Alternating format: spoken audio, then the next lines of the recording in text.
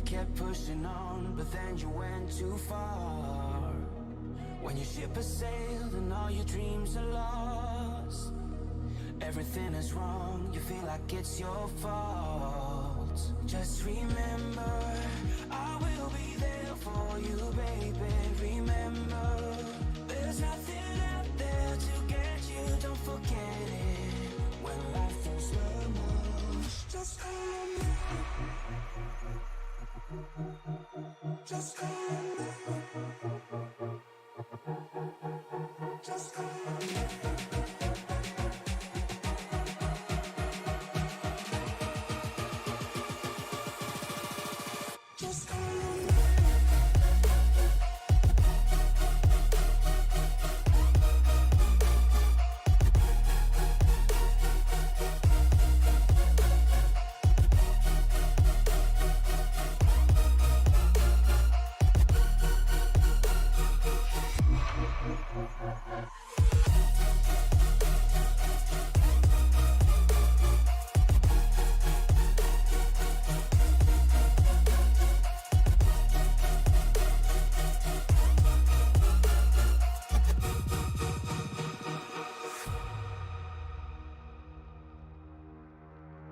You're stronger now than you ever been. You gotta leave now, it's time to catch the wind. You will climb up high and look through the clouds, and when you're feeling low, I know you'll bounce back. Oh, and just remember, I will be there for you, baby. Remember, there's nothing out there to get you, don't forget it. When life throws lemons, just call on me. Just call on me.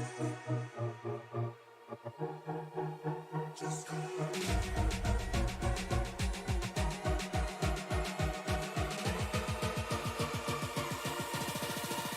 Just call on me.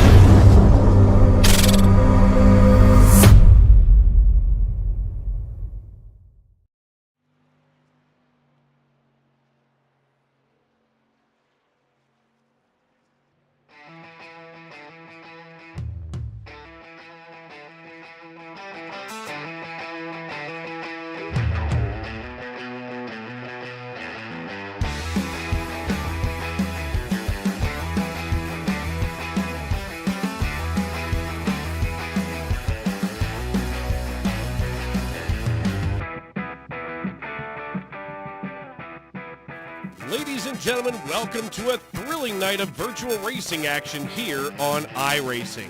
I'm Dave Regal in the Tony Trapasso Memorial Broadcast Booth, and I'm excited to bring you all the live coverage from the rolling hills of the Pocono Mountains at the Tricky Triangle.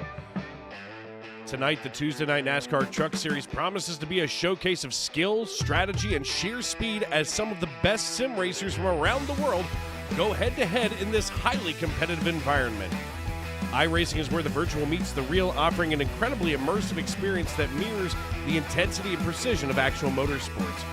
The drivers have put in countless hours of practice perfecting every turn and mastering the art of digital racing. The track is digitally rendered to perfection, capturing every bump, curve, and straightaway, setting the stage for what promises to be an electrifying race. We'll be bringing you all the action from start to finish, including expert analysis, driver interviews, and in-depth commentary on the strategies at play.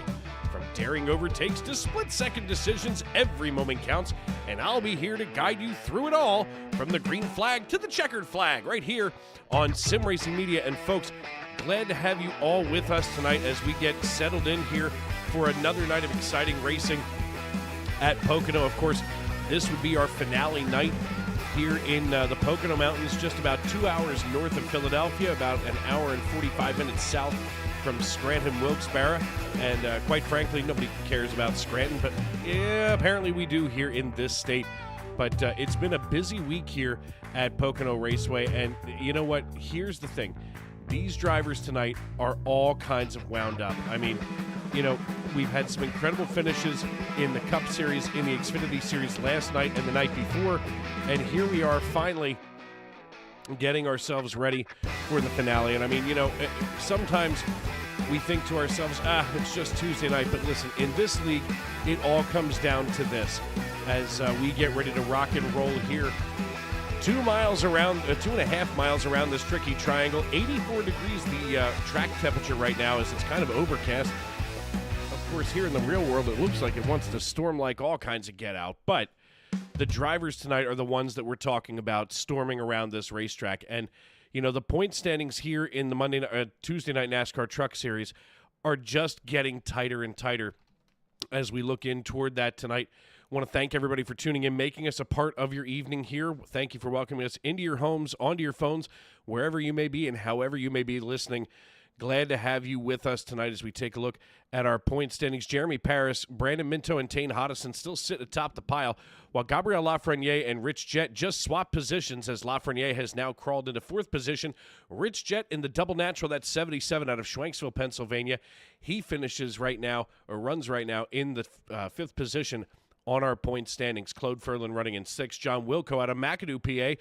This is kind of a home racetrack for him. We're about 40 minutes away from McAdoo. And listen, it's a beautiful ride from here to over there. It's definitely the middle of nowhere. You can ride 115 right on over. And I'll tell you what, this racetrack has all the pomp and circumstance for this area because NASCAR gave us just one race at this point in our history here.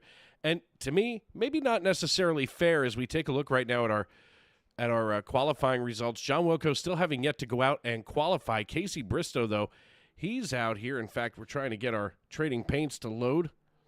As I will ask you folks to bear with me as we may have some lightning in the area here, which could affect my internet service. So bear with me. God forbid something should happen.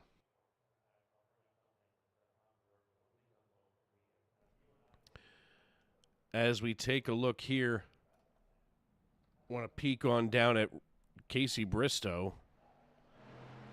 And right now, Casey Bristow in the 83. Getting it done, of course, it's got to reload here because, God forbid, we should do anything on time here at Sim Racing Media. Of course, that paint's got to get accurate here. We'll take a look quick at Claude Ferland here in the 43 from north of the border. Claude has had a bunch of really good nights here in the SNN family of racing series, and you know, I know that he's looking forward to it as we take another look here at Casey Bristow out of Williamsburg, Virginia, and it goes back white again. Thanks, iRacing, as we take a look at the Kellogg's Toyota Tundra. That TRD all kinds of cranked up here as Casey, an Air Force veteran and police officer, crosses the start-finish line. He is going to go from 27th fastest to 27th. He lays down a 54.85. Some of these trucks are cracking that 54-second time here around this racetrack at 53 seconds for Jeremy Paris. And I mean, some of that is even faster than what we had in the Xfinity Series and the Cup Series as well. I mean, you know, last night in the Xfinity Series, as we pull this up here, last night in the Xfinity Series, we had a barn burner of a night. I mean, you know, Parker Retzlaff, of course, a real-life race driver, finishes 32nd on Saturday afternoon right here at the Tricky Triangle in real life, and then comes and just lights everybody up. Mike McConville thought that he had something for him, and it turns out not so freaking much. And, you know, to me, McConville was probably the most disappointed person on the racetrack. But last night's fastest lap belonged to Parker Retzlaff at 54.728. And tonight's qualifying fast time, as we're going to pull that up right here, hopefully, there it is, was 53.491, so even faster for Jeremy Paris. Now, that 53.491 also translates to the Cup Series, which, of course, raced on Sunday night. And we're going to take a quick little look-see here as we pull up the Cup Series information. And, of course, my hands can only move so fast. That's what happens when you work alone.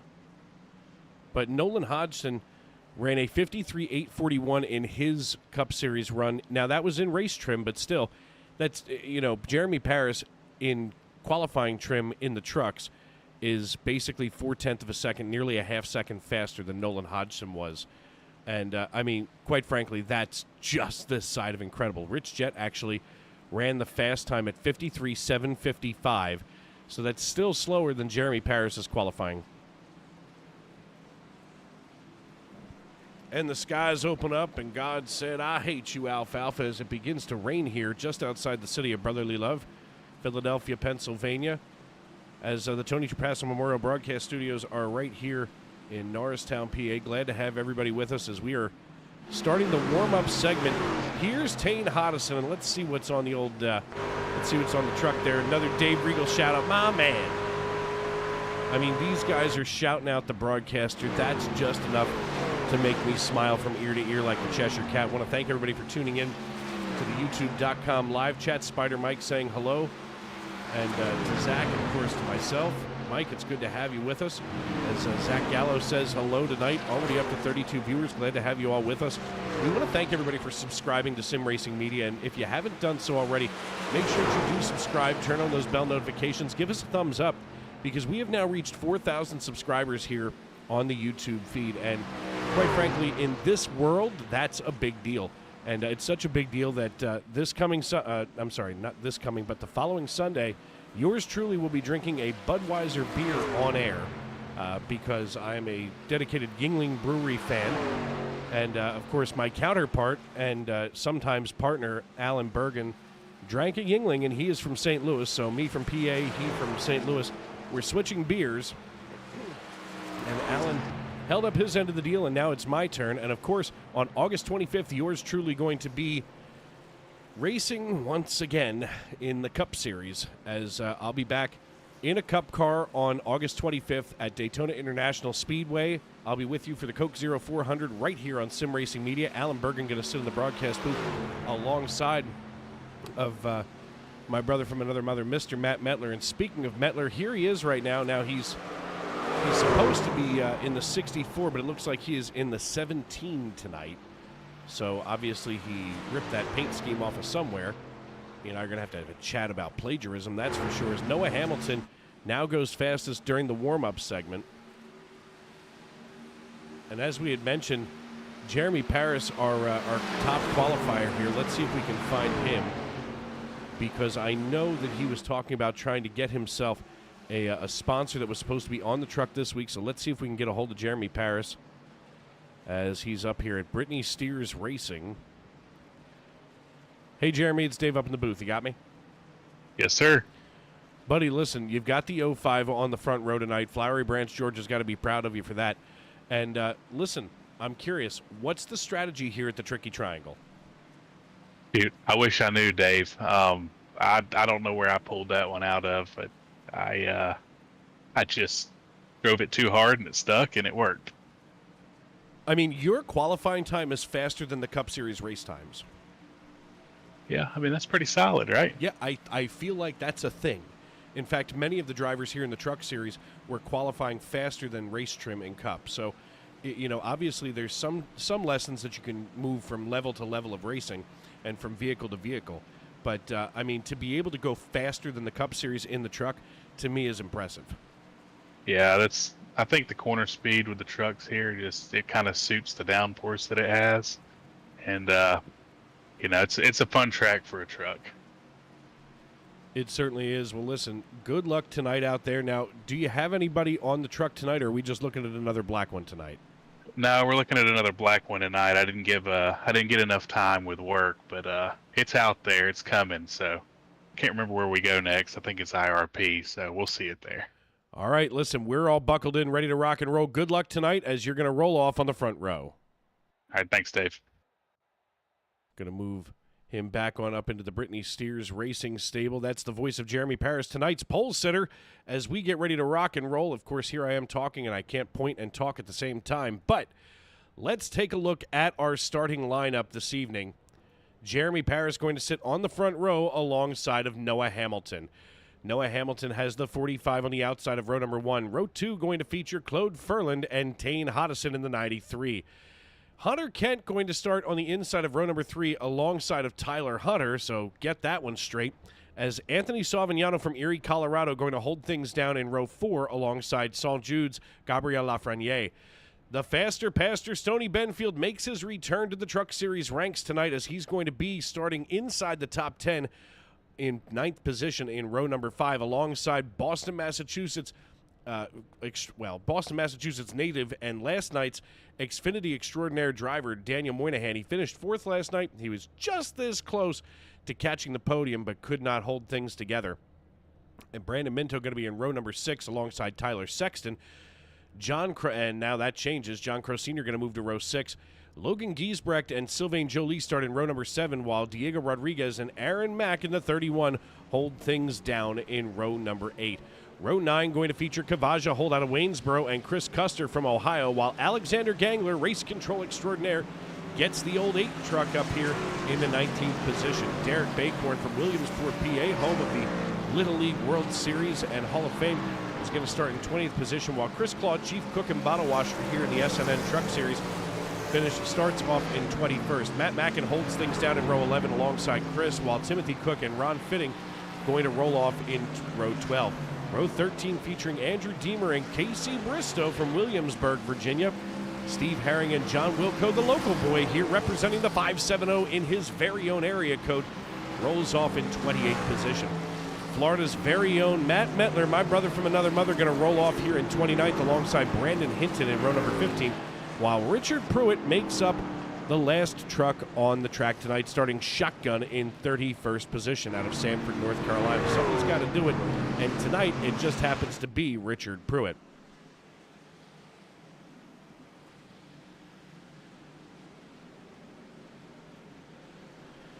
Drivers getting themselves ready. Jeremy Paris with control of the field. We make our way down the Long Pond stretch here and in through the short stretch into turn number 3. The iRacing.com pace car gets ready to dip on down pit road. As we come through turn 3, we see the rumble strips. It almost looks like Route 940 out here alongside. The only thing that's left to do is it's time to wipe the visor and adjust the 5-point harness. Grandma, it's time to play the Pennsylvania polka. Race fans, it's show time!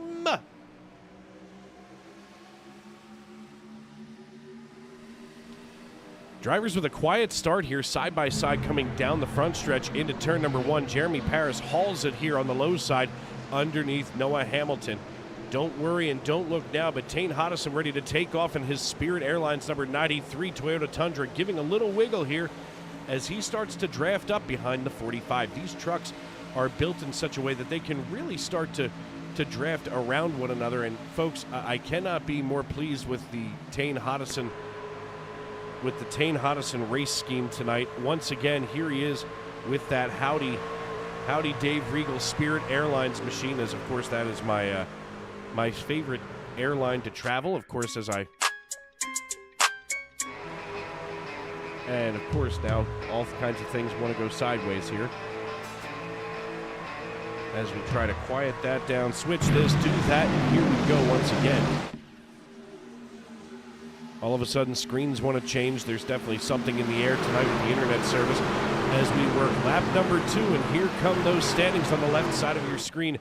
Noah Hamilton running P2 just behind Jeremy Paris. And whoa, there goes the 43 of Claude Ferland, and he is going to have to gather up the 43, that Toyota TRD Tundra. Here on lap number 2, we've already got caution number 1 for the evening. Let's take a look here from high above the racetrack as we see Claude Ferland nearly taking it 3 wide just ahead of Daniel Moynihan. And Daniel Moynihan catches the tailgate of the 43 and scoots on by just ahead of Tane Hodison. And that's going to change things around for sure, as that is not the way that the 43 saw things starting for him tonight here at Pocono Raceway.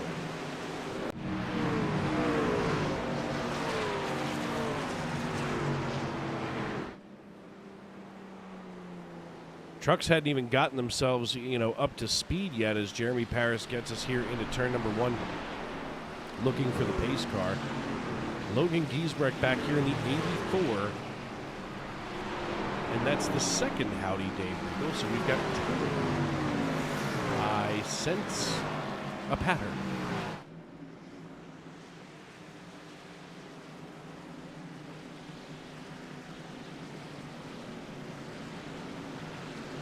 Now I'm going to go out in search of these drivers. We're going to see if Diego's doing the same thing here. Let's see if the Apex Motorsport Alliance has all done this tonight. Where's the 34?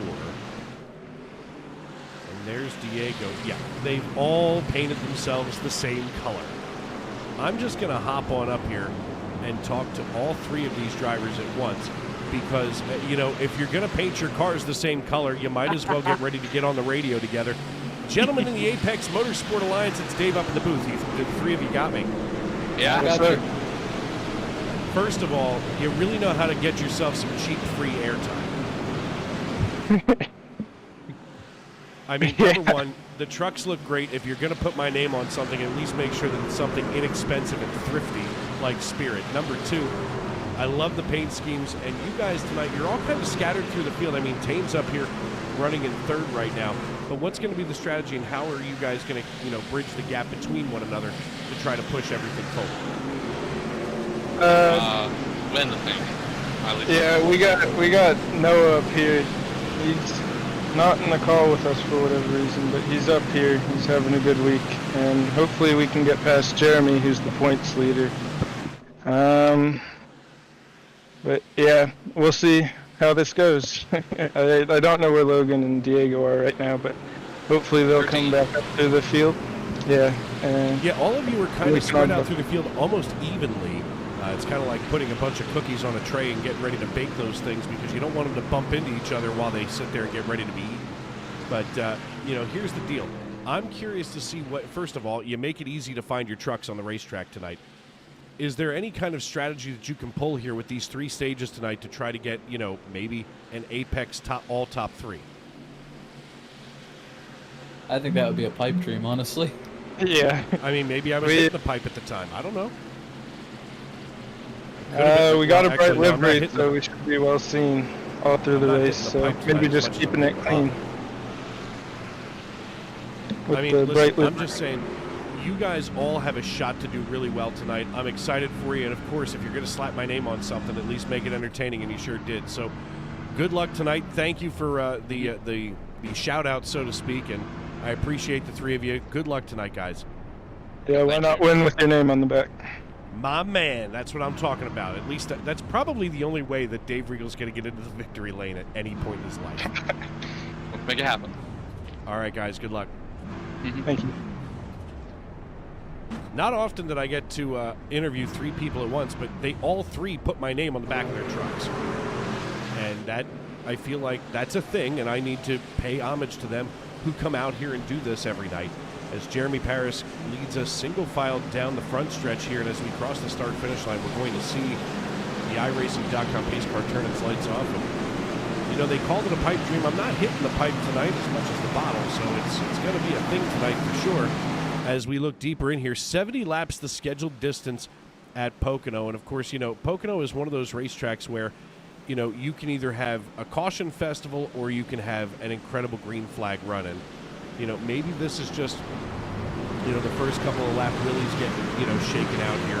But stage 1 going to end at the conclusion of lap number 15. Stage 2 going to end at the conclusion of lap number 30. And then, of course, 40 laps to hit lap 70 at the end.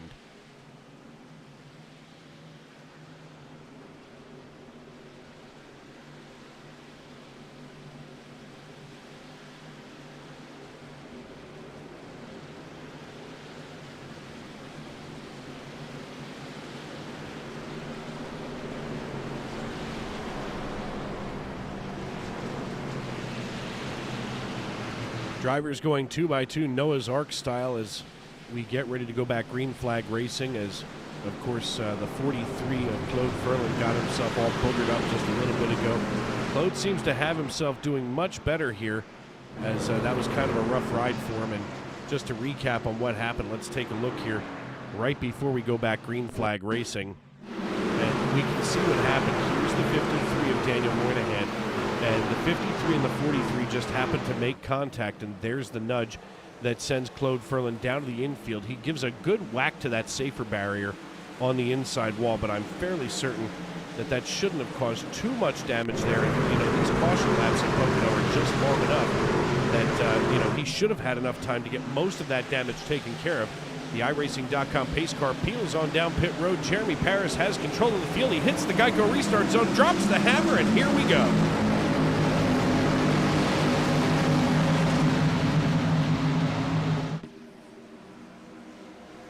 Jeremy Paris leads us down the front stretch and into turn number 1, while everybody else kind of clamoring for position here tonight. We look high above Sylvain Joly as he is just ahead of the 66 of Chris Custer in that Tide machine. Chris Custer has his Chevrolet Silverado cranked up to crazy behind John Crow Sr., who now slides in front of the 66, and the 66 almost has to give him a bump draft here as we go down the Long Pond straightaway and into turn number 2.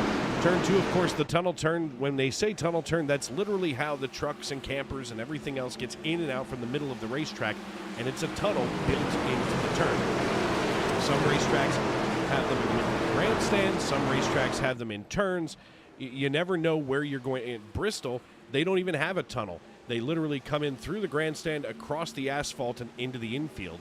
And which, of course, the worst part about that means you're not going to get out early. If you have a bad night, you've got to sit there and watch everybody else. But here at Pocono, you can clean up and get out as fast as you need to and beat everybody else to the hot dog stand.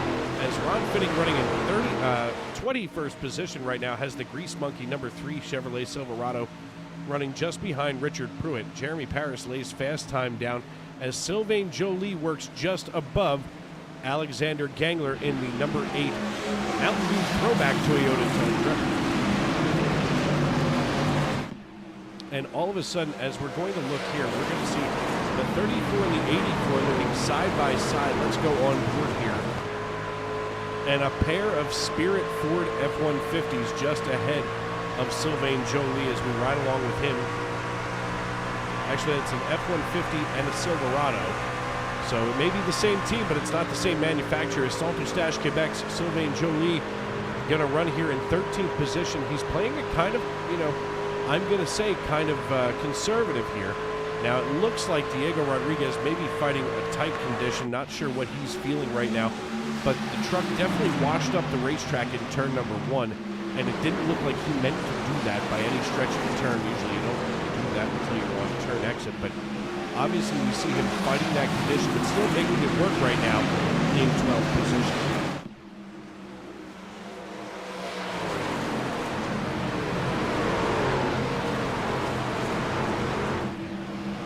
Stony Benfield, the faster pastor out of Albemarle, North Carolina, works side by side here with the 00 Kavaja Holt. And you gotta understand, Kavaja Holt runs 3 races a week with this league, and this would be his 3rd race. He's got plenty of seat time, he's got plenty of practice time here at Pocono Raceway, and this may be the night where he tries to bring one home as he's quietly working himself here in the top 10 just behind Stony Benfield. The thing is, I don't want to jinx these guys too much. Every time I was talking about somebody last night, it seemed that all of a sudden bad things happen to their race cars. So tonight in these trucks, I don't really want to do it, but I still have to talk about these folks. And speaking of talking about people, you know, Parker Retzlaff, of course, a professional race car driver who runs with us amateurs here in the Sunday Night NASCAR family of racing series. I try not to talk about it too much. I try not to fanboy. I try not to, you know, make him feel uncomfortable. Like, you know, last night's a Monday night. He's just trying to relax after a weekend in the Poconos. You know, just trying to chill out. And he makes it really hard not to talk about it because the young man's got 5 wins in a row right now in the Xfinity Series. And my God, that's almost unmatchable in any league that I call here on Sim Racing Media. And believe me, there's a lot that I do several nights a week now, of course. And we've got 6 nights a week of racing here. Of course, you can hang out with me 4 out of those 6 nights, and I appreciate everybody who comes and tunes in here on the YouTube.com live chat. I want to thank everybody for peeking in on us. As Diego saying, howdy, Dave. Hope you like the paints. Of course I do, Diego. Diego Rodriguez, of course, out of Adrian, Michigan. Here as we see suddenly side by side they go. Watch Giesbrecht and Diego. There's a whole lot of Dave Regal getting ready to make a wreck here. Whoa! The 84 of Giesbrecht gets way too close for that wall, but all of a sudden these Spirit trucks with Howdy Dave Regal on the back is just this side. I love it. I love it, guys. Maybe I'm just this side of more so excited to see my name here in lights, so to speak. But I'll tell you what, this race team from Apex Motorsport Alliance does a heck of a job out on the racetrack, and week after week they put on a great show here on Sim Racing Media, and I cannot be more thankful for that. Speaking of which, their teammate Tane Hodison all the way up here in the 4th position. He's kind of lurking behind Hunter Kent, Jeremy Paris, and Noah Hamilton. And what a battle we have moving here as we're going to ride on board with Hunter Kent. Hunter has Jeremy Paris to the low side here, Noah Hamilton just in front, and they're all but single file as he looks back here at Tane Hodison. I mean, most of these drivers are now getting themselves into a nice long run formation, but trying to break up the draft is Noah Hamilton. He goes just to the low side of Jeremy Paris. Now they snake themselves, and here goes Paris for the lead as he is going to chase down Noah Hamilton, making the pass here coming into turn number 1. He goes past the Horrocks Fire Equipment sales sign and comes onto the Long Pond straightaway, now in a dead heat battle with Noah Hamilton.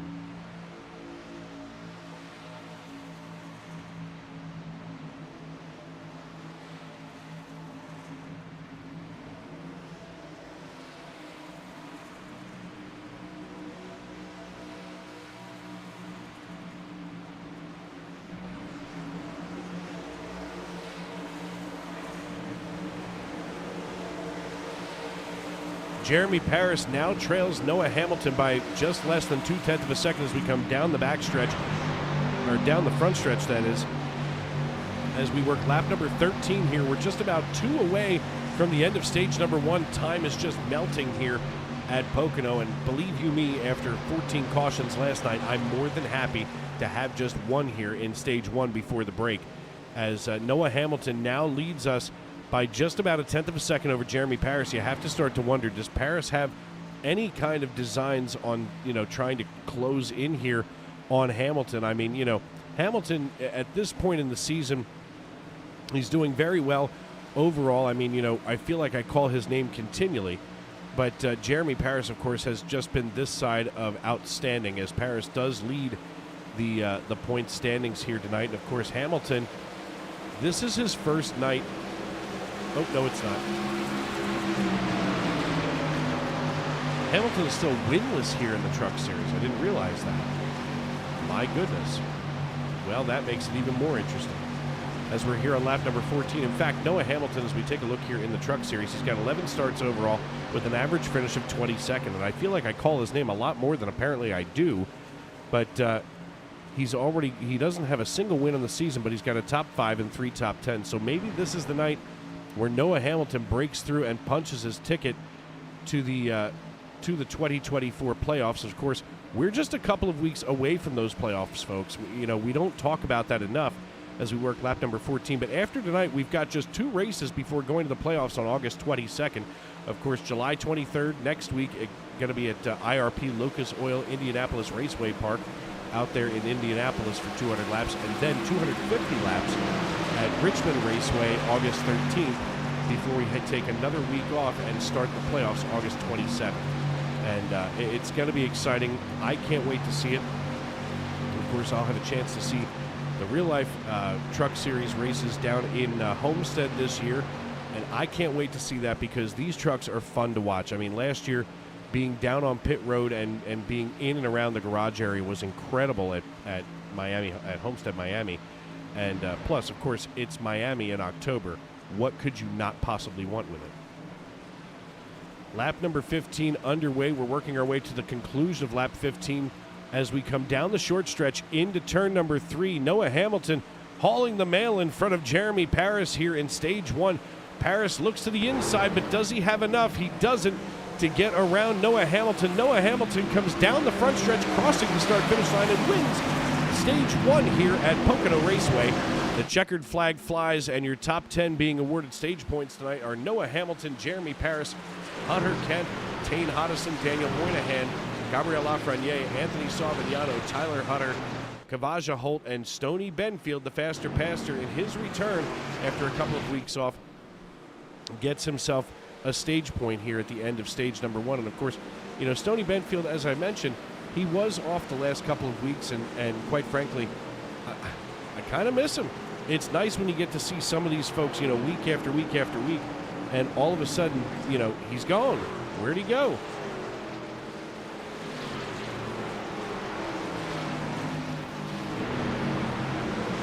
Turns out he was only gone 1 week. Here I thought that he was gone multiple weeks, but I mean, you have to understand, with so many off weeks built into the season, it feels like it's been a long time since I saw him. But Noah Hamilton wins the green and white checkered flag here, and we're going to get a chance to talk to him right now.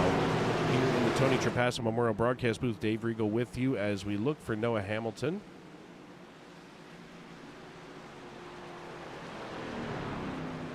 And, of course, he's not in Discord.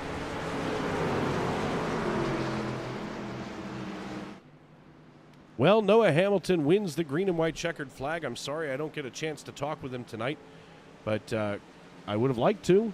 Noah, if you're paying attention, you're more than welcome to get into Discord, guys.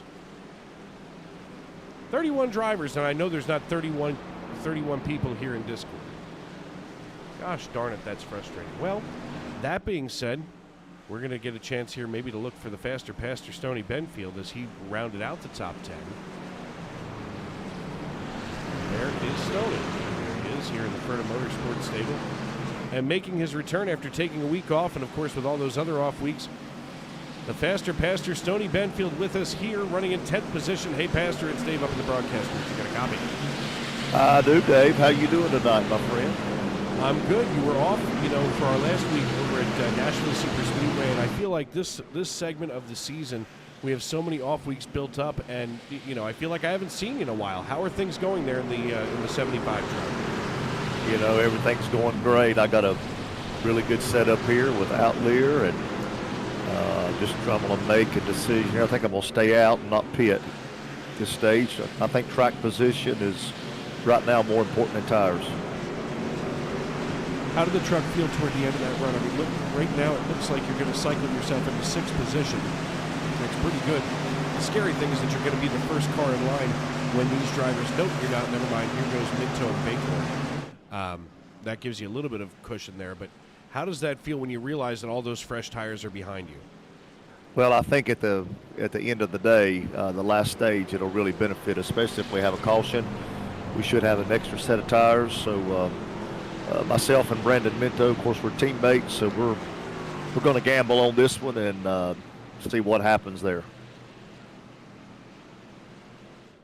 All right, Pastor. Well, listen, good luck the rest of the way. Hopefully we see you start to make a deeper run here into the top 10, as I'm sure you're going to try to use this track position to flip some positions here moving deeper into the night. And I'm hoping I see you up here either in victory lane or, of course, on the podium. Thank you so much, Dave. Hope to be there. That the voice of the faster pastor, Stoney Benfield. We want to thank him for his time, as I'm always glad to get a chance to speak with him.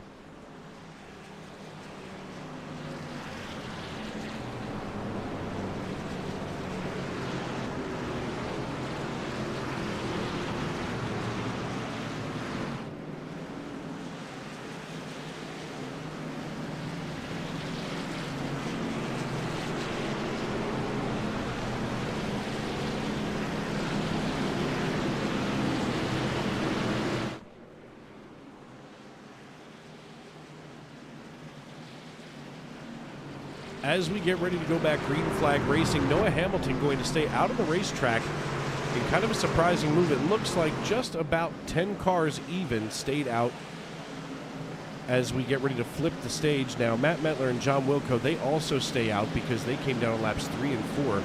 And Matt Metler stays out, and I'm curious what on God's green earth he's doing. Let's see if we can get a hold of Metler. There's my brother from another mother. Hey, Matt, it's Dave. You got me?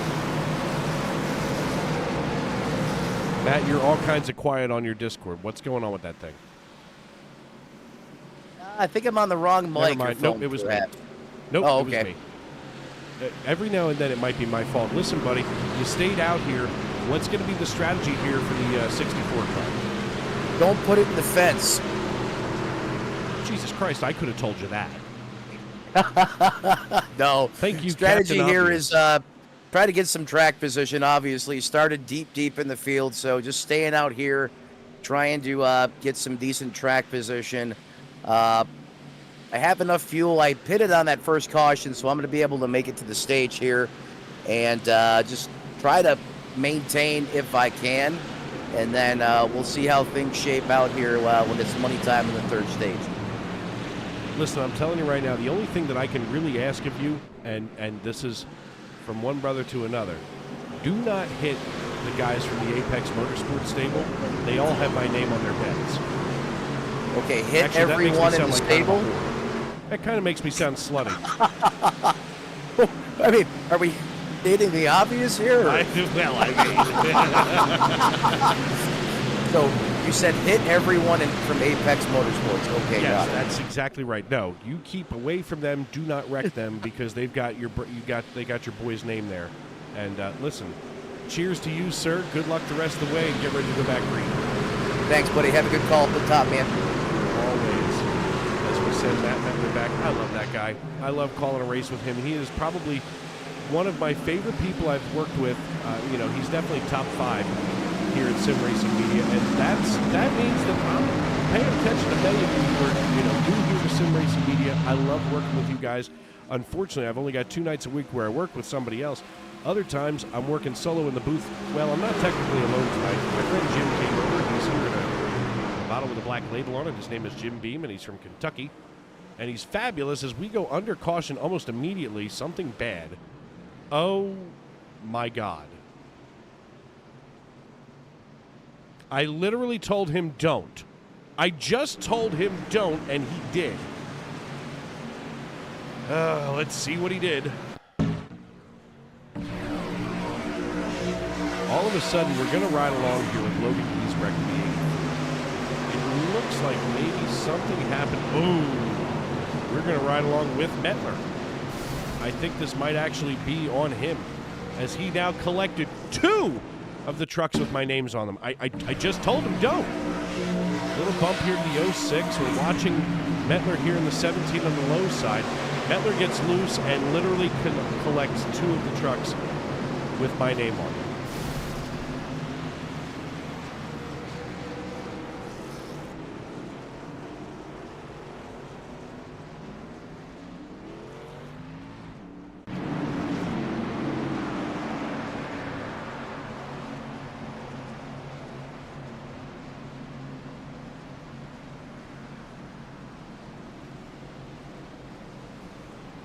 Did you watch that replay?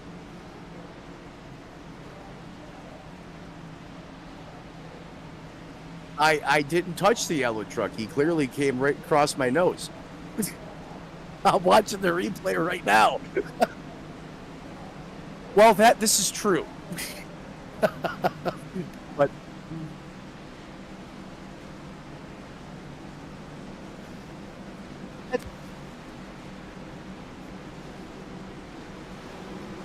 I'm not sure. It's Pocono, right? It's a restart, and everyone's trying to get every single inch out there on the racetrack. Where multiple, there's trucks scattered everywhere. I sent it down in the corner, and I think the 50 honestly thought he was clear, and he wasn't. And as Tony would say, the fuse got lit, and then I was the dynamite and went kaboom. And I'm sorry for those other guys behind me that caught in it, but I got to put it on the hauler. Short-lived, but I was just up here talking to you, and I said, "Don't put it in the fence." And well, it wasn't the fence close enough. You had one job, Yep, Listen, one job, and I screwed it up. I still love you. I know that what it was that you were just drawn automatically to the yellow car. I get it. The yellow. It was truck, like a magnet. But I mean, without you up here in the broadcast booth, it's my buddy Jim here in the bottle, and Your it buddy makes it a little Jim in rough the bottle. sometimes.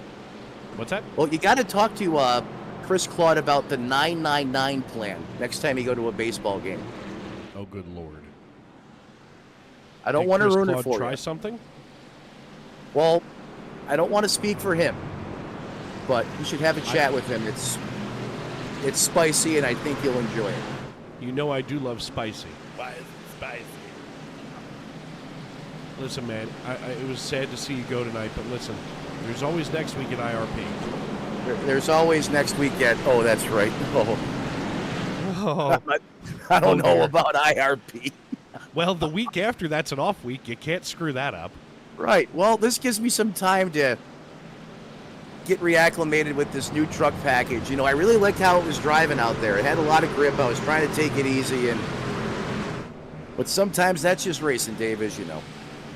I do. Listen, my heart breaks for you, but of course next week we go to IRP. Then the week after that we go to Richmond, and then it's the playoffs. So you've only got 2 more races to notch that win in your belt. I think you got a better chance at hitting the lottery, buddy. Dave makes a note. Go buy lottery tickets. Got it. 10-4. All right, brother man. Listen, I will talk to you later. Good luck next week at IRP, and I'm sure I'll see you Sunday night. Yes, sir. You have a great rest of the call up there, and gave me one order. I couldn't even follow that, man. I deserve to have it on the hall. All right, buddy. Love you, miss you. Talk to you later. Talk to you later, bro. That, of course, the voice of the great Matt Mettler. Here I was giving him all kinds of accolades to tell you folks that I love working with this guy. I mean, you know, he comes up here, he brightens the day up, you know. One of us is always trying to be the class clown. The other of us is trying to be the straight man. And we interchange those roles so fast that, you know, for a couple of laps, he's really technical. For a couple of laps, I'm really technical. And then we switch. You know, it's just, he's one of those people that I look forward to crawling in the booth with every Sunday night. Of course, I am the voice of Sunday Night NASCAR Cup Series action. You can hear Matt Mettler and I as we bring you all the action every Sunday night, live at 7:30 p.m. here Eastern Time. And listen, we have a blast, period. We just have a good time. We're here to bring you some really good action. As Jeremy Paris going to sit atop the pile, Noah Hamilton, Tane Hodison here in the 93, the only Spirit Airlines truck left here, so we've got to keep a close eye on him. Stoney Benfield, Kavaja Holt, Derek Baycorn, Chris Custer, and Richard Pruitt round out your restarting top 10 as the iRacing.com pace car brings us into turn number 3. Getting ready to peel down pit road. You see that one turn first. Of course, this is the only racetrack on our circuit with just 3 instead of 4 turns as Jeremy Paris comes into the Geico restart zone. He pops the clutch, drops the hammer, and here we go.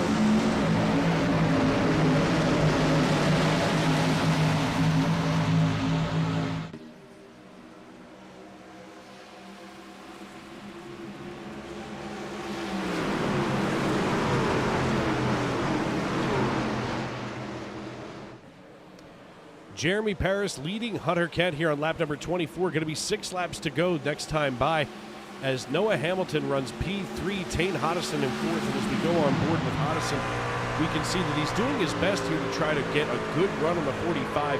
And he's able to close up some of the distance, but on exit, the 45 just gets himself wound up to crazy.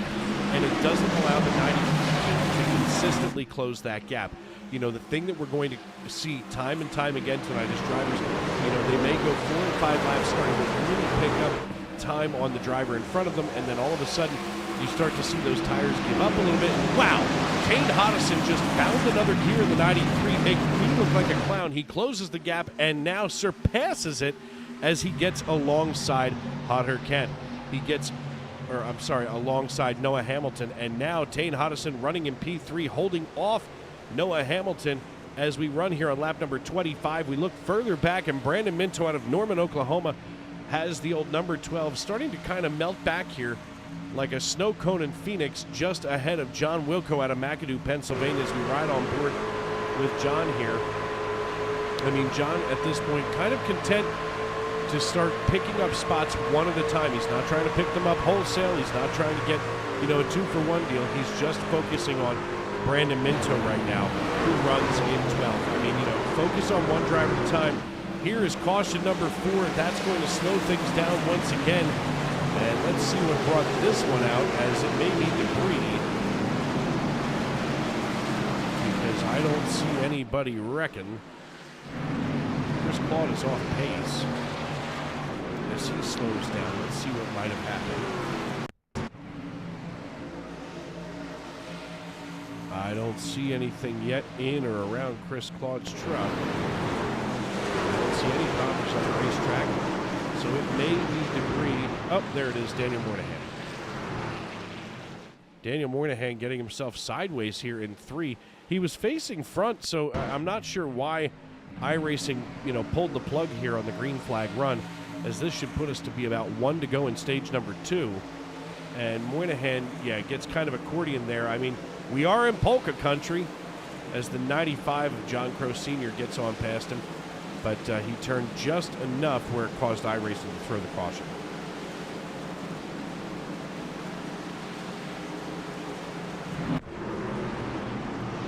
As we're under this 4th caution of the evening, we're going to step aside and pay some bills here on Sim Racing Media. I'm Dave Regal, and this is Tuesday Night NASCAR.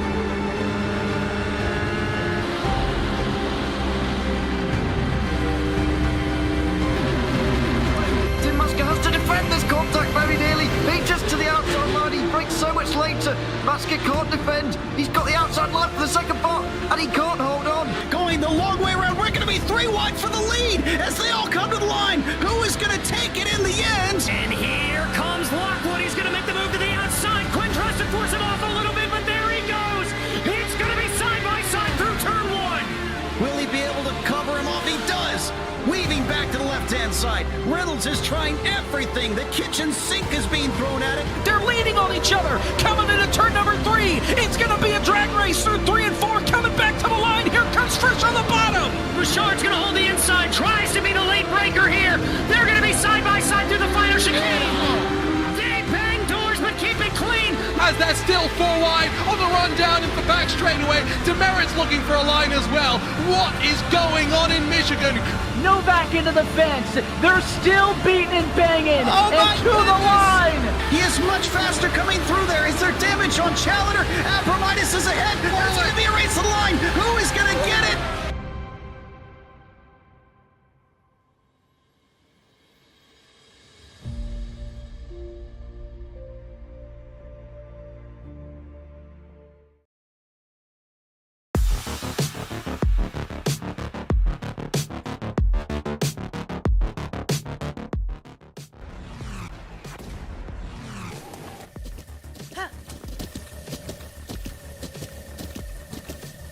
With the Butt Kicker Gamer 2, what you see and what you hear is what you feel.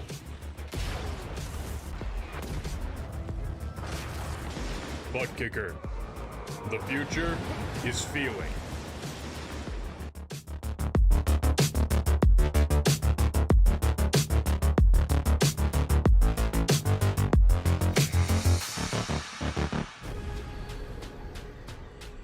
The most realistic online racing sim ever made. This is iRacing. Detailed laser scan tracks, fully dynamic real world cars, and over 50 series to choose from. 6 online world championships offering over $400,000 in annual prizes. This is the original esport racing game. This is iRacing.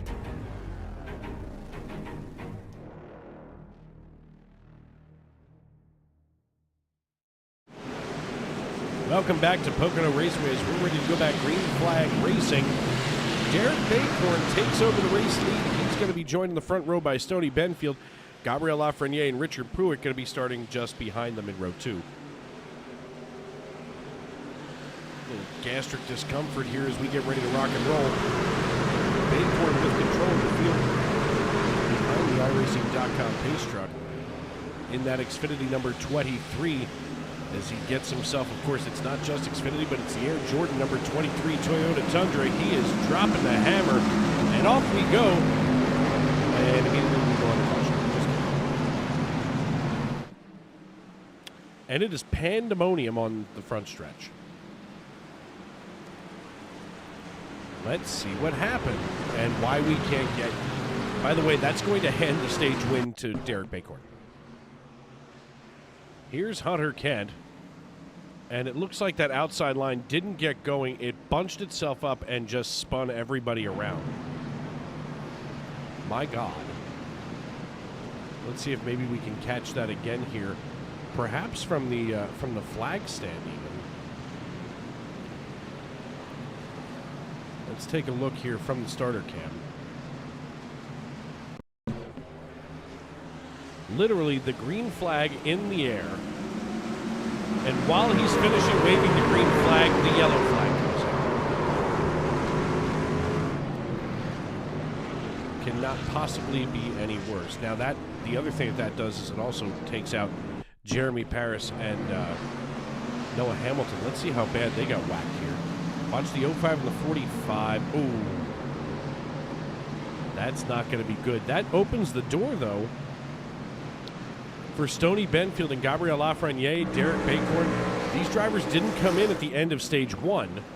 And now, of course, we're here at the end of stage 2. Derek Baycorn, he's going to be your stage 2 winner, followed by Stoney Benfield, Gabriel Lafreniere, Richard Pruitt, Tyler Hutter, John Wilco, Chris Custer, Aaron Mack, Alexander Gangler, and Ron Fitting. Your top 10 all being awarded stage points. Let's see if we can find Derek Baycorn.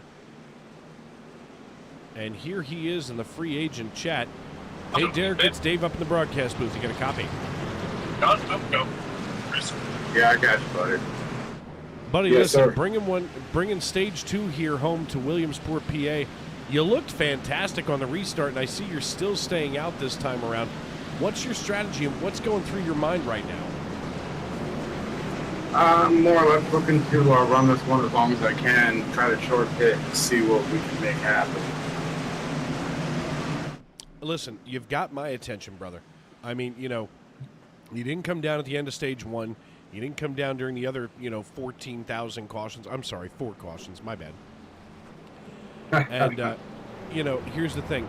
You've got the 23 in a really good position. You've got Gabriel Lafreniere, who last came down on lap 17 for pitting. I mean, maybe you've got something here for the Xfinity Mobile Jordan 23. Yeah, but I mean, we're going to find out here. I got about a dozen laps of fuel left, so we'll see what happens here. I just don't need a lot of cautions on the back end. I need a long run.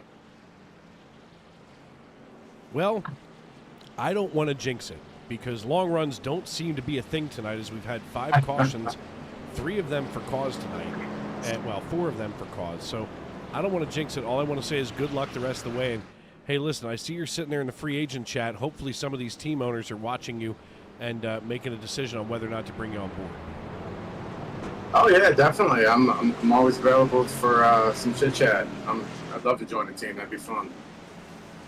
All right, brother. Listen, do one for PA here and bring it home. For the Little League. My man. All right, brother. Listen, I mean, technically, look, not that I want to take too much time here, but I mean, you're out there in Williamsport. That is the far west end of where WNEP covers, and of course, they're going to be out there in a couple of weeks talking about the Little League World Series. So you're here in the eastern end of WNEP's coverage area. So go ahead and win one for Nikki Kreis while you're at it. Oh, geez, that lady's funny. I usually poke some fun at her when she's on TV. Right? I lived up in Jim. Nikki's always crying. Nikki's always crying. Snedeker's out there riding the bike, and Nikki's crying. Oh, did he finally start that? What is it, Snedeker, 21 or something? He's been doing it a long time. Yeah, he's been doing it for a very long time, and I mean, he bikes from this end of the viewing area all the way out to where you are. Oh my God, yeah. He'll come through the area at some point. I think last year he stopped over at Brandon Park or something over in Williamsport. Yeah, God forbid he should go to when everybody else in Williamsport shows up there. Yeah, how about it? That's coming up in a month.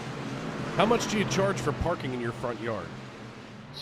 Oh no, I'm about like a half mile away. So, you can hear it if someone hits a home run or something. But other than that, yeah, so there's no parking people in to my park in the front yard.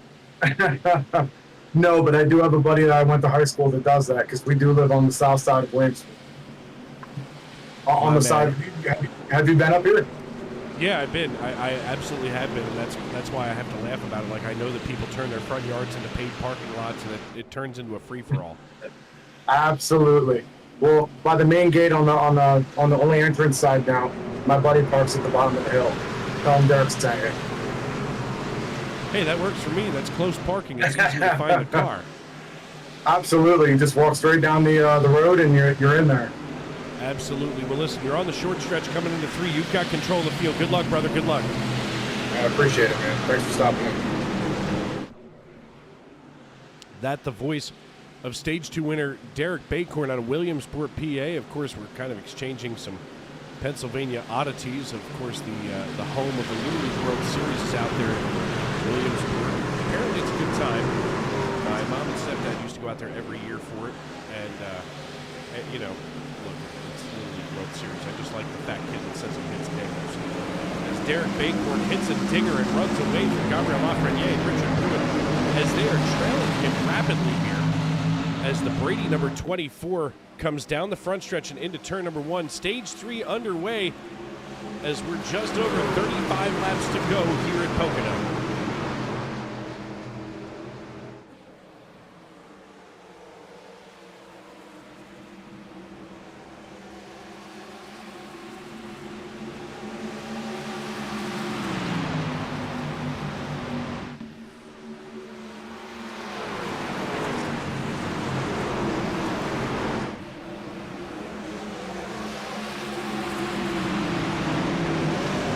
Dad just checked in to let me know that he collected his first Social Security check today. So, folks, next time I'm on vacation here from Sim Racing Weekend, I know that if I'm with my dad, I'm spending government money. That's for sure. As Gabriel Lafreniere hops out to the lead just in front of Derek Bacorn here. And right now, Bacorn going to be running P2. This is an impressive run for him as we get underway here on lap number 33. Bacorn looks to the inside of Gabriel. And all of a sudden, Anthony Savignano in the 50 is bouncing through turn number 1 and onto the backstretch.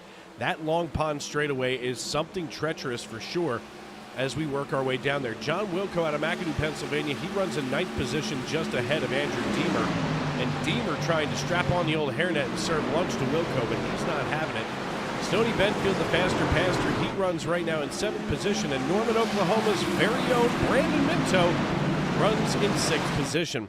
Diego Rodriguez saying, Matt, no! And Michigan Rocker saying that he hopes Minto has better luck tonight.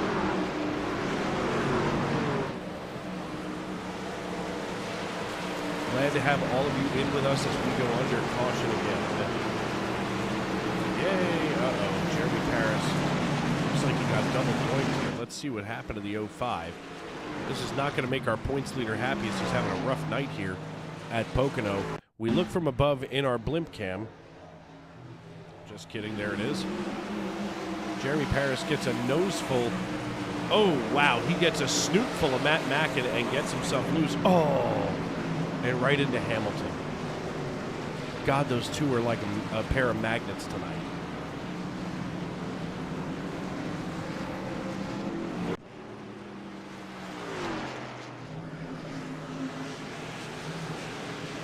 Speaking of a snootful, apparently here in Pennsylvania, and by the way, you can check this out tomorrow morning, just about 10 after the hour, tomorrow morning on 105.5 FM WMGH. You can download our app, WMGH 105.5. It's Magic FM, and you can check it out on the news tomorrow. But a little sneak peek for tomorrow's news on 105.5.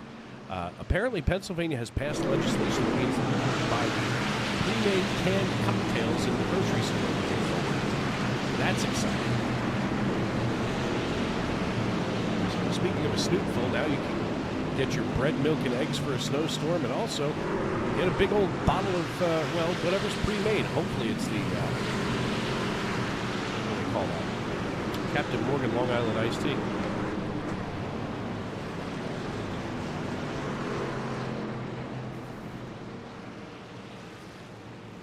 Pennsylvania is only a short time away. And we will have normal private liquor stores and actual open competition for capitalists.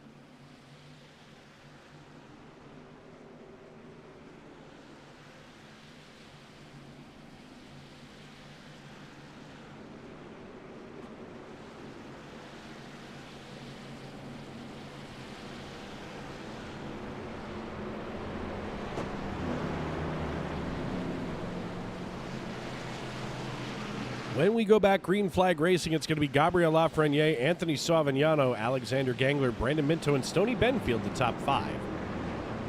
As we get ready to rock and roll, the iRacing.com pace car bringing everybody single file here down the short stretch toward turn 3.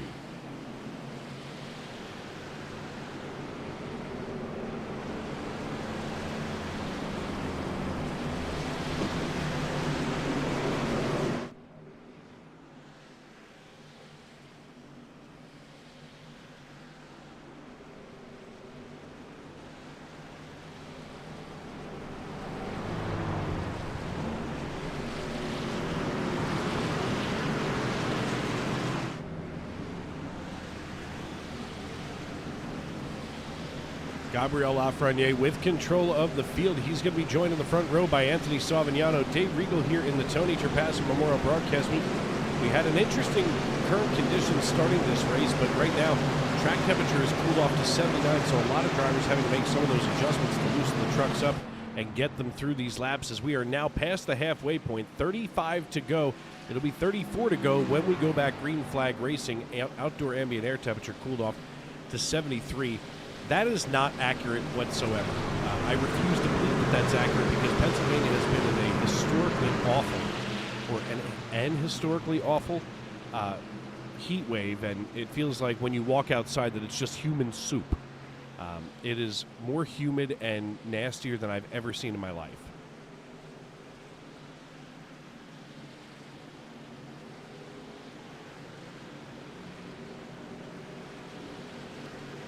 Lafreniere, Savignano, Minto, Gangler, Wilco, Benfield, Hodison, Fitting, Hunter, and Sexton all with you here tonight in the top 10 as we get ready to go back green flag racing. I want to thank everybody for tuning into the youtube.com live chat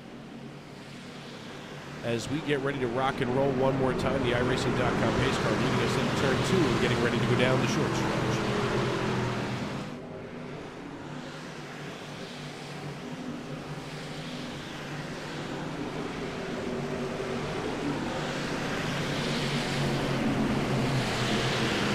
Thank the fine folks in Jim Beam for creating such a delicious libation this evening.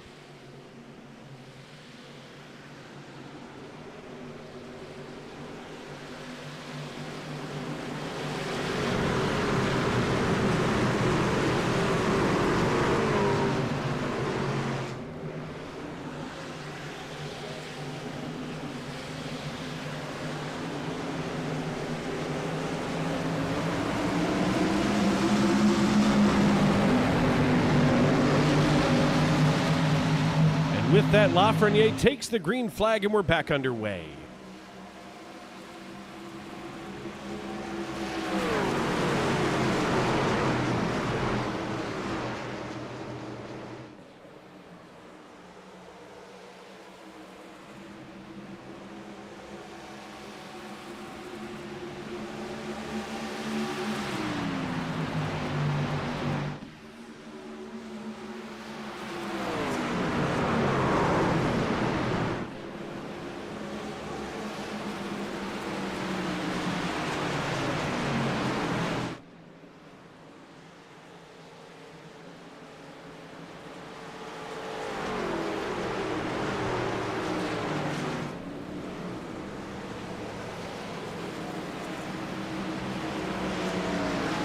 And here we go at the 7th caution of the night without me even having to say a word here on Sim Racing Media. Dave Regal with you, as now Richard Pruitt, Logan Giesbrecht, and Stoney Benfield all registering as having crashed. I hope bad things didn't happen to the Faster Pastor.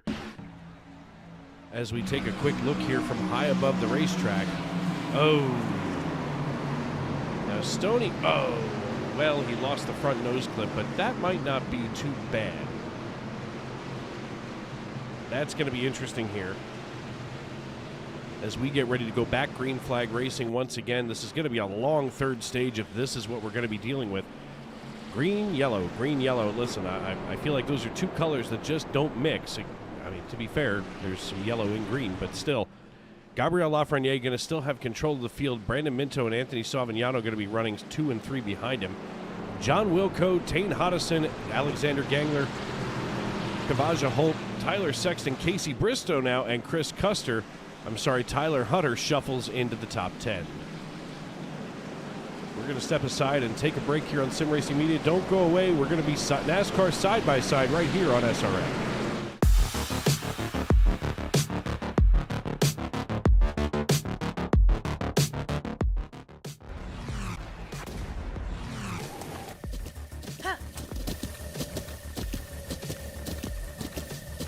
With the Butt Kicker Gamer 2, what you see and what you hear is what you feel.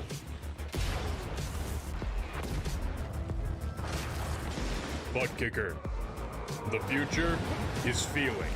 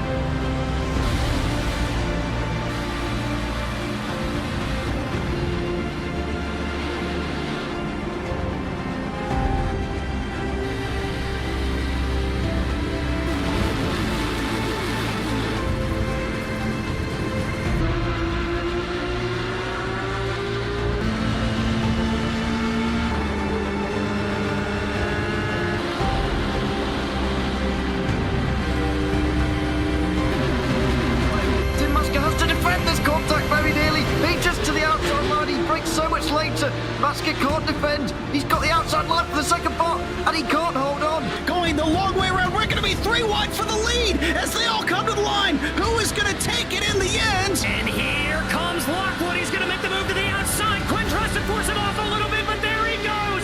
It's going to be side by side through turn 1. Will he be able to cover him off? He does. Weaving back to the left-hand side. Reynolds is trying everything. The kitchen sink is being thrown at it. They're leaning on each other. Coming into turn number 3. It's going to be a drag race through 3 and 4. Coming back to the line. Here comes Trish on the bottom. Richard's going to hold the inside. Tries to be the late breaker here. They're going to be side by side through the final chicane. They bang doors, but keep it clean. As they're still 4 wide on the run down into the back straightaway. Demerit's looking for a line as well. What is going on in Michigan? Novak into the fence. They're still beating and banging. Oh and to the line. He is much faster coming through there. Is there damage on Challenger? Abramitis is ahead. There's going to be a race to the line. Who is going to get it?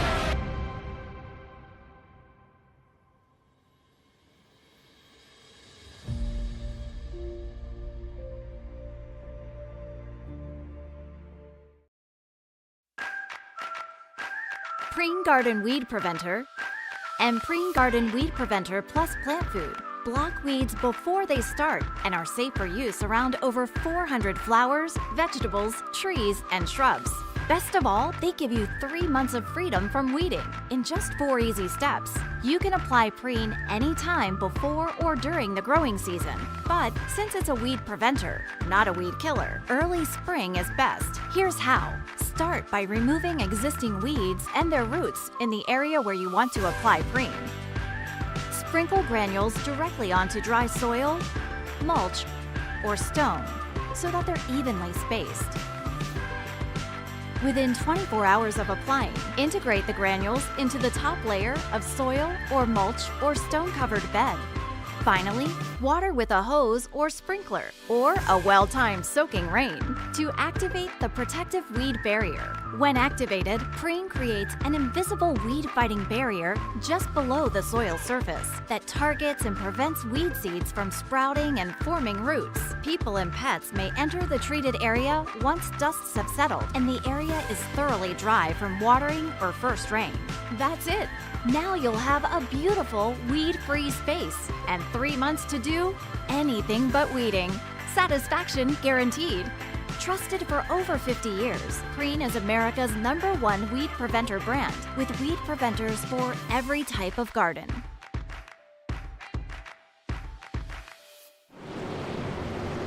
Welcome back to Pocono Raceway here as we work our 7th caution of the evening, 5th for cause, as this one might have put the proverbial nail in the coffin of the 05 of Jeremy Paris. Looks like he may be putting it on the hauler early, as well as Diego Rodriguez. He's on the hauler too. Stoney Benfield sitting down on pit road getting some repair done to the 75. So all of a sudden we have a lot more of a different look here to the top 5. Gabriel Lafreniere and Brandon Minto sit 1 and 2. Anthony Savignano, John Wilco, and Alexander Gangler, your top 5. As we work here on lap number 41, 30 to go at Pocono Raceway. Dave Regal with you here in the Tony Trapasso Memorial Broadcast booth. Want to thank everybody for joining us tonight as we work here in the Tuesday Night NASCAR Craftsman Truck Series.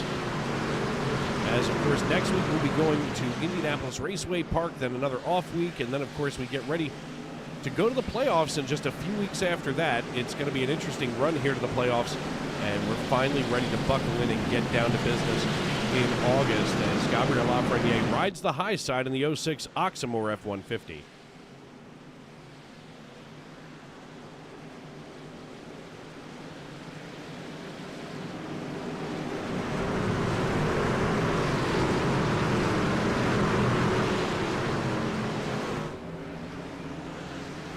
The iRacing.com pace car peels on down pit road. As we get ready to rock and roll here, we hit the Geico restart zone and off we go.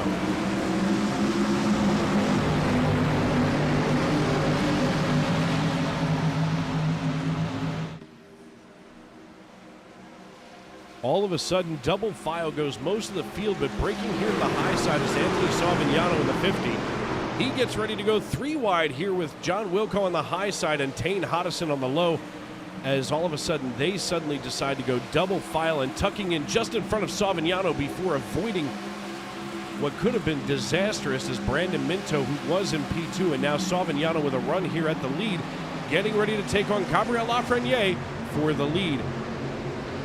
Brandon Minto now just ahead of John Wilco out of McAdoo, Pennsylvania. Tane Hodison trying to do the same as we pull up his driver info here out of Brunswick, Maine is Hodison. We go on board here with him as he looks to the rear bumper now of Brandon Minto. John Wilco now starting to draw just a little bit further ahead of him as Wilco here at his home racetrack, as he's just from about 40 minutes away from Pocono, is now being challenged by the 00 of Kavaja Holt out of Waynesboro. And all of a sudden, John Wilco contending for a podium position tonight here as we pass the Horrocks Fire Equipment sign coming out of turn 1 and down the Long Pond stretch.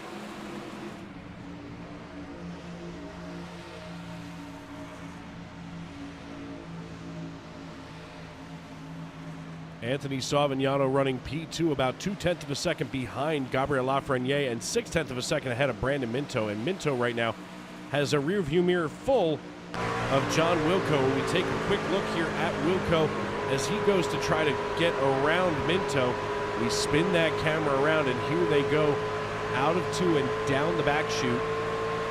As we come down the front stretch here, it looks like Wilco might have had a run coming out of 3, so obviously that's going to be his strong corner of the night. Not sure what he's going to have going on as we get later into this race, as Wilco last came down on lap number 29. And, of course, Savignano down on 26, Minto on 27, so they're all pretty well equal. But Gabriel Lafreniere's story of the night right now is going to be your race leader, and he has not been down pit road since what appears to be lap number 17. Let's take a look at the pit strategy here. As we pull this up, we can see a couple of different things atop the pile. It's been 26 laps on these tires for Gabriel Lafreniere, 17 and 16 for Savignano and Minto, respectively, while John Wilco and everybody else here down through Gangler is running with 26 laps. So Alexander Gangler on the same age. There he goes down pit road. Maybe this is against doctor's orders, that's for sure. The interesting thing about this racetrack is that it's so big that Gangler might actually be able to get back out onto the track before they make a full lap. So that's going to be something we're going to have to watch here as Kavaja Holt now gets involved in this battle here with John Wilco and Brandon Minto, as Minto holds on to that final podium step here, running in P3 right now. Kavaja Holt and John Wilco running around him in 4th and 5th position. They round out your top 5, while Tane Hodison and the Dave Regal Spirit Airlines, wow, look at him taking it 3 wide, and now goes double file alongside John Wilco, and he's got a little bit of space here if he wants to try to squeeze the 93 in, but he decides to take on the strong driver of Brandon Minto here out of the Furta Motorsports stable as they come down the front stretch. I'm impressed just to see what the 93 is able to do as they come across the line here on lap number 46.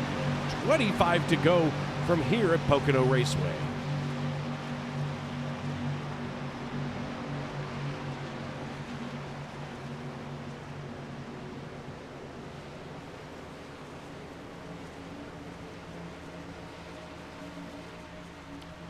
Gabriel Lafreniere leads Anthony Savignano by just 0.2 of a second. He's been kind of keeping everybody behind him by about that 0.2 of a second mark. That makes me wonder if he's not using all of that truck. I mean, right now, after having so many laps on those tires, he's going to have to come down. He can't stay out there forever. I know that he's hoping for that caution where maybe everybody comes down and he's able to keep the lead. But unfortunately, we're getting to that stage in the race where we might not see an easy, well, at least my opinion, an easy way to the caution flag. As Ron Fitting drops on down pit road, we're going to see him come down as we ride with Fitting on down pit road. He came in he qualified 25th, so he's going to have a short ride here to the pit box. And he's taking his good, sweet time getting into the box. Let's see if the right sides go up. He's going to take 4 tires and a tank of Go Fast here on the 3 machine as Gabriel Lafreniere continues to lead laps here on lap number 47. We're approaching 20 to go here at Pocono Raceway. Dave Regal with you in the Tony Trapasso Memorial Broadcast booth. I want to thank everybody for tuning in on the YouTube.com live chat. Derek's saying that he hit the barrier trying to pit. The internet went nuts and gave me 35 minutes of damage. He'll be back next week. That would be Derek Heitman. No, wait, no. Derek. There we go. And the 23. That would be Derek Bacorn. He goes from the lead to on the hauler.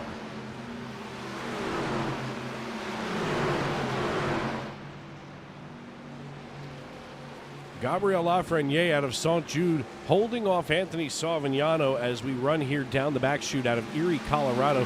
He has Waynesboro's very own Kavaja Holt running P3 behind him. And here comes Tane Hodison out of Brunswick, Maine, driving that Dave Regal Spirit Airlines number 93. And when I say the Dave Regal Spirit Airlines number 93, I genuinely mean that. Here it is as these guys figured out a good way to try to get themselves some easy airtime. You can see that Howdy Dave Regal Spirit Airlines paint scheme here on the 93, and quite frankly, it's cheap, it's easy, and what a way to get some easy airtime. To talk about your broadcaster.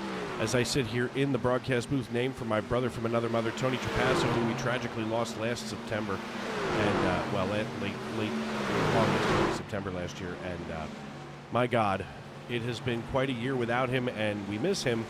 But we are here to carry the torch as Chris Custer carries the torch on by Daniel Moynihan out of Boston, Massachusetts. As Custer and Moynihan go side by side, door handle to door handle down the Long Pond straightaway. As they come into turn 2, the tunnel turn, we can see the driveway of the racetrack underneath the surface here. And right now, Custer in the 66 Tide machine, he may need some Tide for those shorts if he can't pull this one out alongside Daniel Moynihan.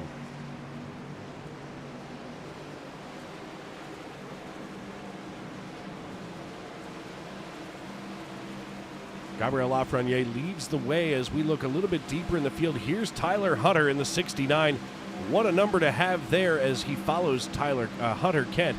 As Hunter Kent and Tyler Hutter are right next to one another, that has got to be, for those of us that are pretty well through a bottle of Jim Beam tonight, I would say that's probably the hardest transition that we have to do here at Sim Racing Media. Claude Ferlin running in 14th position. He's starting to kind of watch here, and we can kind of peek in and see what's going on between Hunter Kent and Tyler Hutter. Just in front of him, we can see Claude Ferlin starting to close in on these two drivers as we work lap number 50. It's going to be 20 to go when we come to the line this time by. Watch the graphic in the upper left-hand side as we go 3, 2, 1, and into turn number 3. A nearly straight turn. Oh, my God! Right here, all of a sudden, that's the 66 of Chris Custer. And the 08 of Sylvain Joly was just tumbling down through turn number 3. This may be the caution that his teammate Gabriel Lafreniere needed. Let's take a look here and see what happened as Saint-Eustache Quebec's Sylvain Joly goes tumbling through turn 3. We look from high above. They go 3 wide. There's Noah Hamilton on the low side, Chris Custer on the high, and he just comes in and hooks the 08. And my God, that's not the way that you want to end your night here at Pocono, as he just bounces to a peaceful stop, thank God. But that whole nose clip, that hood, and everything else missing from the front of the 08 car tonight. Thank God it's a simulation, because if that was real life, he would be on his way to the infield care center and most assuredly a hospital. Glad to have all of you tuning in with us tonight here at Sim Racing Media. Over on the YouTube side, glad that everybody could check in with us. Make sure that you subscribe and turn on those bell notifications. We want to thank you for welcoming us into your homes, onto your phones, wherever you may be and however you may be listening. Dave Regal with you, as always, in the Tony Trapassa Memorial Broadcast booth. As, we get together Sunday, Monday, and Tuesday here for the SNN Family of Racing Series. And then, of course, I'll be off tomorrow night, but then back live with you on Thursday for the Racers Elite Cup Series right here on Sim Racing Media. And, of course, Thursday nights I'll be with Daniel Paulus, and the young man does one heck of a job sitting alongside the master here in the booth. As I don't usually talk about myself like that, but I'll tell you what, we all know it. I'm the #1 guy here at Sim Racing Media, and I appreciate everybody, making me that #1 guy, tuning in every week, and of course, looking forward to August 25th when yours truly is going to drop right back into the cockpit for a night, and you'll find me live on the racetrack on August 25th for the Coke Zero 400 right here on Sim Racing Media. Alan Bergen's going to be on the call alongside Matt Metler, at least hopefully Metler. As all of a sudden we have a late-stage caution with 19 laps to go. Alexander Gangler, John Wilco, and Ron Fitting all came in on laps number 44, 49, and 46, respectively. And that means that they're going to have a bunch of new tires behind them, being led by Tane Hodison off of pit road.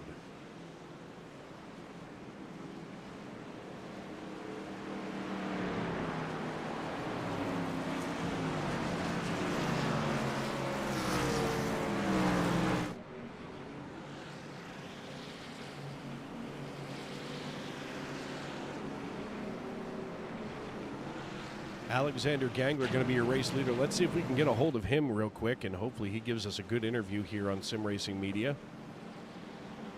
As we go searching for him in the Discord channel here. There he is in the Bandit Racing stable.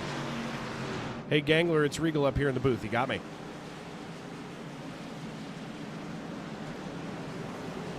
Yo Gangler. Hello. Buddy, listen, here you are leading this race late in the day, and usually I'm screaming at you to get down pit road in the 8 truck, but tonight I feel like you got something that you're not telling everybody. How does that Tundra feel tonight? Oh, it feels great. I'm good on gas. I don't know if you noticed or not, but I pit right after that last restart. I'm sure I was good. And we'll see what happens here. I don't know personally what's going to happen. I don't think I'm going to have the best tires, but you never know. Listen, you're out there doing the 8 team proud. Of course, the last driver of the 8 team was yours truly here in the broadcast booth. And I got to tell you, I sit here and I watch you week in and week out, and I turn right into a fan once again. And, I'm sitting here screaming for you. Of course, McAdoo, Pennsylvania's very own John Wilco sits alongside of you. Have you guys had a chance to talk in race radio, or is this something that you're just kind of everybody out for themselves right now with 18 to go? I haven't talked to anyone other than Cavaggio and Anthony the whole race. So, other than when, I don't know what happened between me and Aaron on the pit road. I felt like he was coming down. So I sped up, and then he came back up the track, and I got into the back of him. So I'm not quite sure if he's Sam saw him. Sorry about it, but we'll see what happened. All right, buddy. Well, listen, good luck the rest of the way. We're going to get you back on up there into Bandit Racing stable with Anthony Savignano and Cavaggio Holt. Good luck, and we'll see what happens here with 18 laps to go. Have a good one, Dave. That, of course, Big Rock, Illinois' very own Alexander Gangler. John Wilco, of course, always missing from the Discord channel, and it never allows me to be able to talk to him. And this is the kind of night where I want to talk to the driver, the 62. I mean, he's having a great run tonight. He runs P2 alongside our race leader, Alexander Gangler. The iRacing.com pace car lights are out, which means that we're going to be going back green flag racing this time by. The 93 of Tane Hodison now sits behind him, of course, saying howdy Dave Regal here on the back here of this machine. And once again, I want to thank those guys over there. Just what a cool thing to do here for the broadcaster as we look a little bit closer there. So obviously they're paying attention. You're paying attention at home. We want to thank everybody for hanging out tonight as we get ready to rock and roll with what will be 17 laps to go.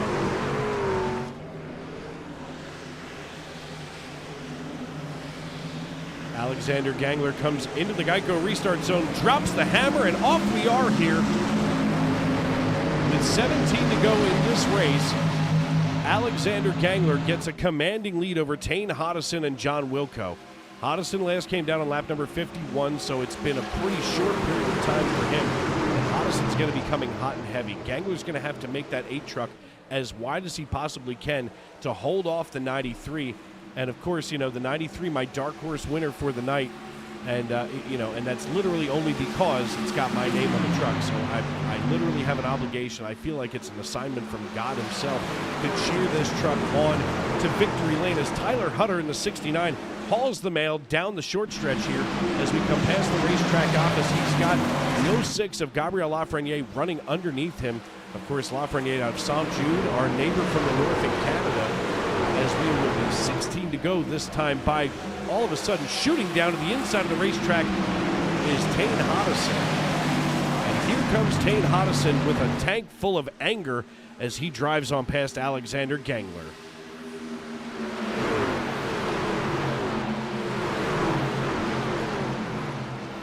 Hodison now holds his own here as he gets a little loose coming out of turn 1. It's not going to cost him too much time, though, as Gangler going to be chasing him with John Wilco in tow out of McAdoo, Pennsylvania. These guys are starting to gap the fresh tires of Anthony Savignano and Gabriel Lafreniere. And here we go under caution yet again. Steve Herring this time being possibly the culprit of this one. Let's see what happened with him. As we go high above the racetrack. Oh, Herring bites the wall and spins on down to the apron. That's no way to finish your night here at Pocono.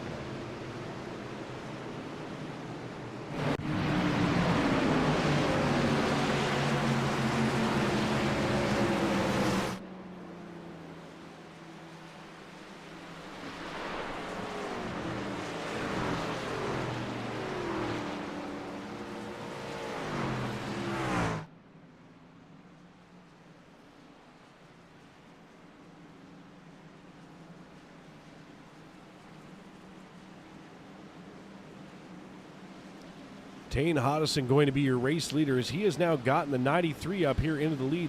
Let's talk with Tane and see what he thinks is going to happen here with the 93. Hey, Tane, it's Dave up in the booth. You got me? I do. Buddy, listen, I hate to interrupt you, but I got to know what's going through your mind right now here in the 93, and what's going to be the strategy now with so few laps left here at Pocono? I'm just hoping no more cautions. I feel like, no offense to any of the guys behind me, but some of the dudes caught up in one of the earlier wrecks where some of the main rivals for tonight for the win, and I feel like I'm faster than a few of the guys around me until some of them catch up. But I just really don't want any more cautions. Yeah. Believe me, nobody wants any more cautions more than I do. As we work with 15 laps to go, I mean, you guys have been hauling the mail all night long. I mean, this has been an incredible race. But 9 cautions over just 70 laps, I mean, you know, if this was last night in the Xfinity Series or even Sunday night in the Cup Series, I think I would have put my head through the desk by now, and I assume that's how you drivers feel as well. Yeah, it definitely have had a bunch of cautions tonight. I wasn't really complaining earlier because I made a bad call, and I took tires after I spun. I didn't hit anything, but I spun, and I thought I totaled my tires, but they were completely fine apparently, and I went back to the back a little bit, and yeah, just can't do that again. All right, buddy. Well, listen, good luck the rest of the way. Do the Spirit Airlines team proud tonight, as you're the last one here in the Apex Motorsport Alliance with that yellow paint scheme on there. So good luck, and hey, maybe this is the night. I sure hope so. All right, buddy. We'll talk to you later. All right, thank you.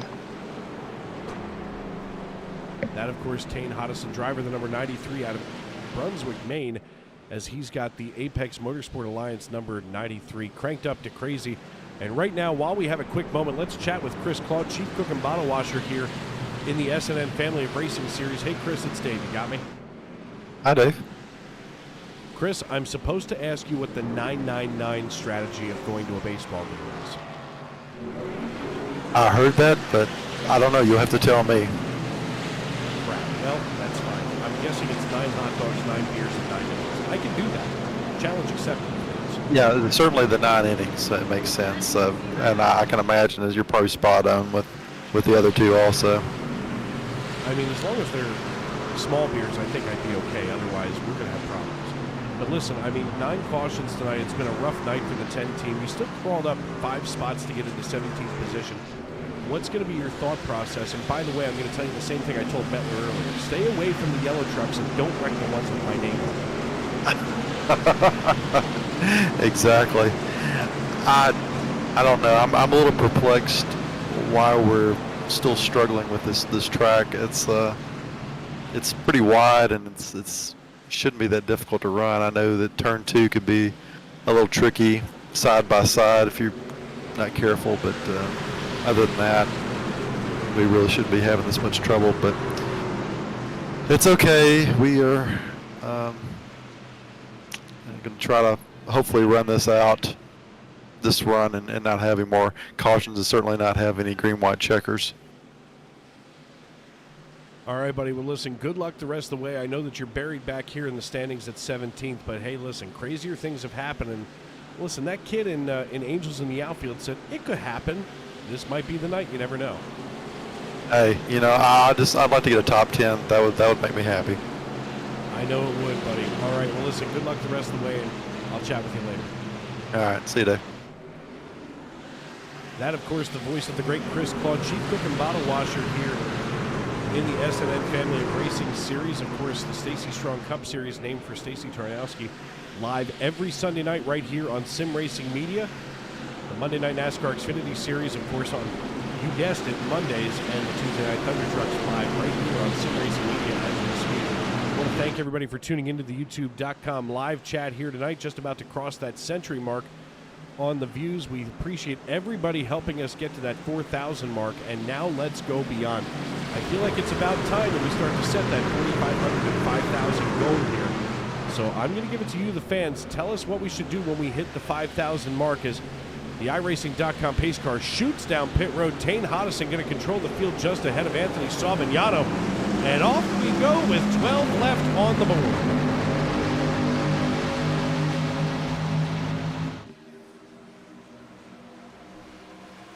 Tane Hodison leading Anthony Savignano and Alexander Gangler, as Hodison right now is, as Savignano right now all over the bumper of Hodison. They are side by side, though, behind him, battling it out this is going to be a fight for P3. I mean, the question becomes, wow, what does John Wilco do? And that may give us an answer. Is Kavaja Holt now giving a bump here to Gangler on the high side? And oh no, a little bit of a connection issue for somebody here in this race. It might have been Gangler. Let's hope not, as John Wilco, we're going to ride along with him here in the 62 machine. And with now what will be 11 laps to go this time by at the line, looks like Casey Bristow goes off track, and here we go with another caution. Son of a gun.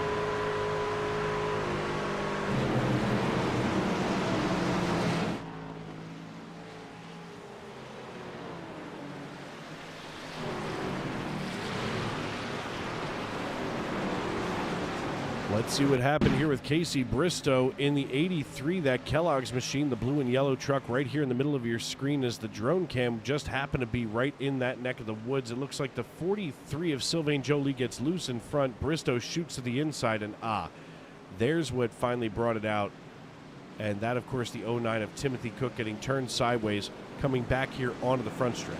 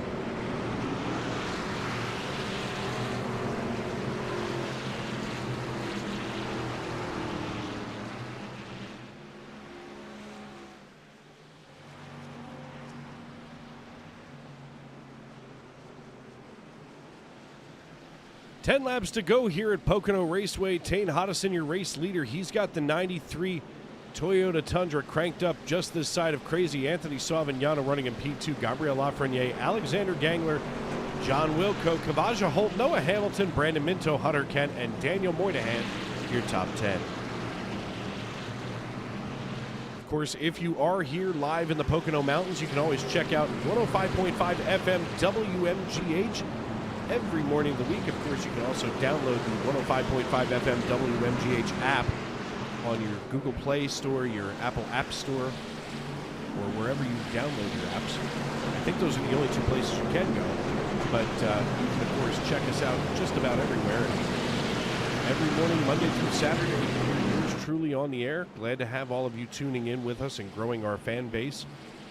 Or if you literally happen to be where John Wilco is from McAdoo, Pennsylvania, you can literally pick me up on regular, good old-fashioned terrestrial radio on 105.5 FM, 1410 WLSH, or 1100 WGPA in Lehigh Valley.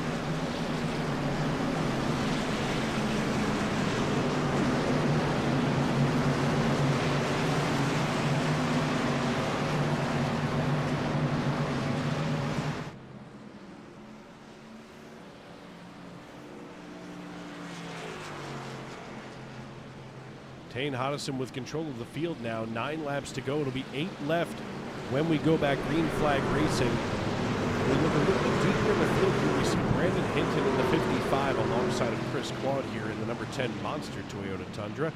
Andrew Deemer, Casey Bristow, I mean, they've all crawled up positions tonight, but right now, big mover of the evening is John Wilco, who started back in 30th position.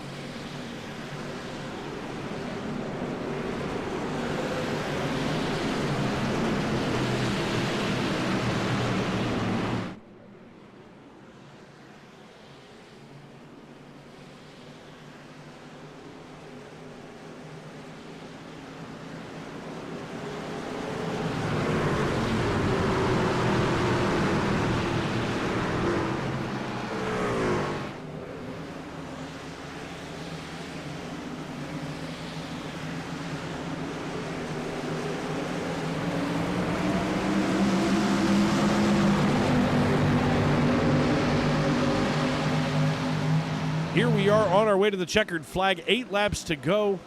Anthony Savignano in tow behind Tane Hodison. As we look from above, Savignano peeks to the inside. Tane Hodison, though, slams the door shut in front of him. Gabriel Lafreniere, and here we are. Caution again. This time it's going to be Stoney Benfield here in the 75. And let's watch Stoney Benfield here in the 75 get ready to try to almost take it 4 wide. He gets hooked by the 83 and sent for spin as he was just up here in 22nd position and now is going to be in, well, pit road position, and it's time to put it on the hauler for the NC811.org Ford F-150.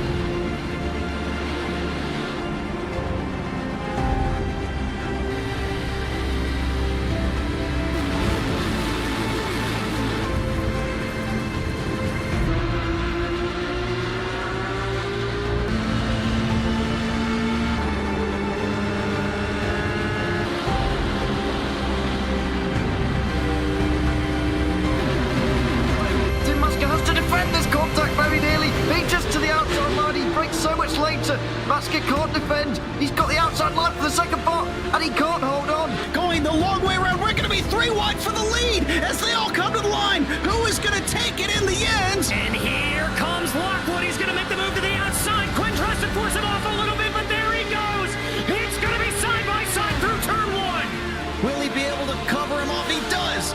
Weaving back to the left-hand side. Reynolds is trying everything. The kitchen sink is being thrown at it. They're leaning on each other. Coming into turn number 3. It's going to be a drag race through 3 and 4. Coming back to the line. Here comes Frisch on the bottom. Richard's going to hold the inside. Tries to be the late breaker here. They're going to be side by side through the final chicane. They bang doors, but keep it clean. As they're still 4 wide on the run down into the back straightaway. Demerit's looking for a line as well. What is going on in Michigan? Novak into the fence. They're still beating and banging. Oh and to the line. He is much faster coming through there. Is there damage on Challenger? Abramitis is ahead. There's going to be a race to the line. Who is going to get it?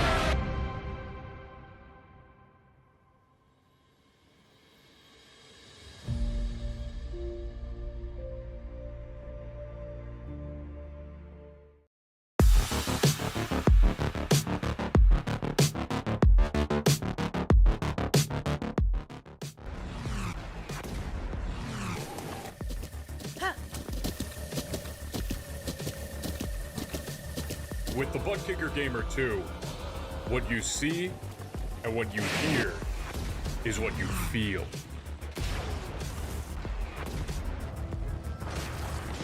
Butt Kicker.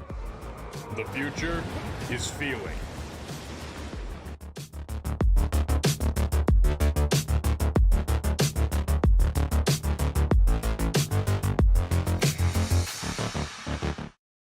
Racing isn't easy, but experiencing it is. iRacing puts you in the driver's seat with the industry's leading sim racing game. Drive on laser scan replicas of the greatest racing circuits from around the world. Go head-to-head against other drivers chosen by skill-based matchmaking to ensure competitive racing at every level. Compete across all your favorite series. In officially licensed cars, engineered to deliver the most accurate driving experience possible.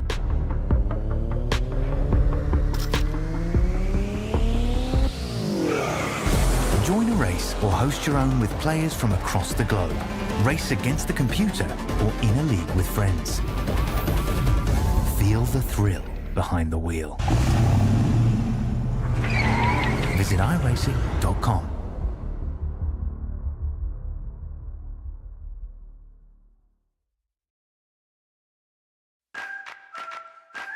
Preen Garden Weed Preventer and Preen Garden Weed Preventer Plus Plant Food block weeds before they start and are safe for use around over 400 flowers, vegetables, trees, and shrubs. Best of all, they give you 3 months of freedom from weeding in just 4 easy steps. You can apply Preen anytime before or during the growing season. But since it's a weed preventer, not a weed killer, early spring is best. Here's how. Start by removing existing weeds and their roots in the area where you want to apply Preen. Sprinkle granules directly onto dry soil, mulch, or stone so that they're evenly spaced. Within 24 hours of applying, integrate the granules into the top layer of soil or mulch or stone-covered bed. Finally, water with a hose or sprinkler or a well-timed soaking rain to activate the protective weed barrier. When activated, Preen creates an invisible weed-fighting barrier just below the soil surface that targets and prevents weed seeds from sprouting and forming roots. People and pets may enter the treated area once dusts have settled and the area is thoroughly dry from watering or first rain. That's it. Now you'll have a beautiful weed-free space and 3 months to do anything but weeding. Satisfaction guaranteed.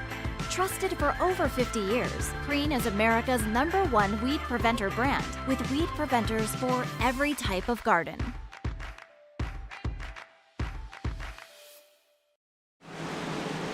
Welcome back to Pocono Raceway, where we went away during a caution and just watched a caution break loose. Here with 4 laps to go, that's going to trigger NASCAR overtime. Let's see what happened here as John Wilco just got set for a ride. I thought he was going to be our dark horse candidate to win tonight. And as we go up here to the blimp cam, we can see exactly what happened in front of him. Here's Gangler being pushed by the 06. And all of a sudden, everybody goes scrambling. That ends the night for John Wilco. That ends the night.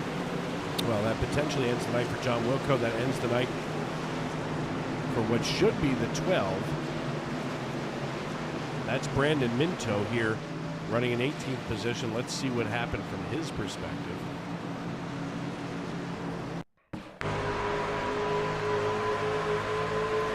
And here is Brandon Minto flying down the backstretch. And there's the accordion, and here comes the mess. As he watches the entire field go ripping past him. And now he's got to get it back together and around to the start-finish line.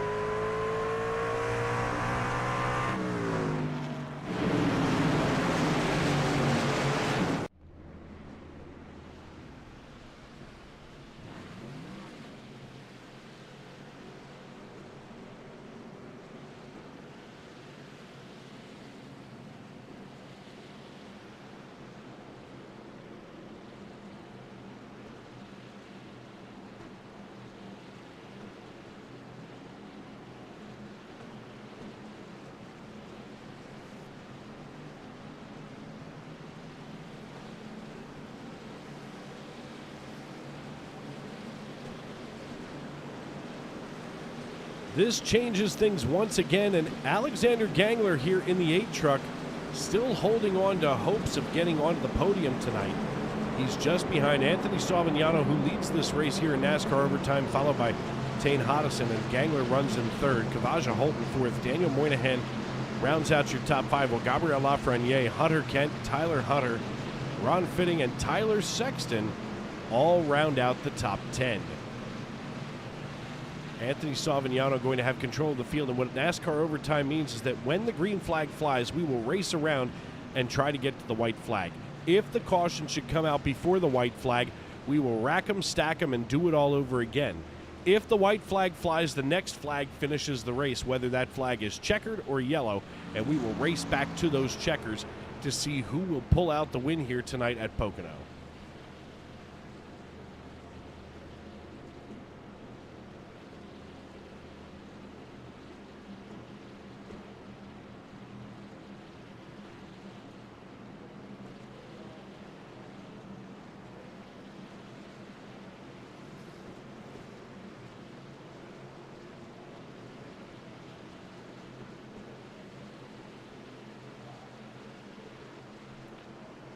Anthony Savignano going to control the field. Let's see if we can get a hold of Savignano as we get ready to go back green flag racing in just a few moments.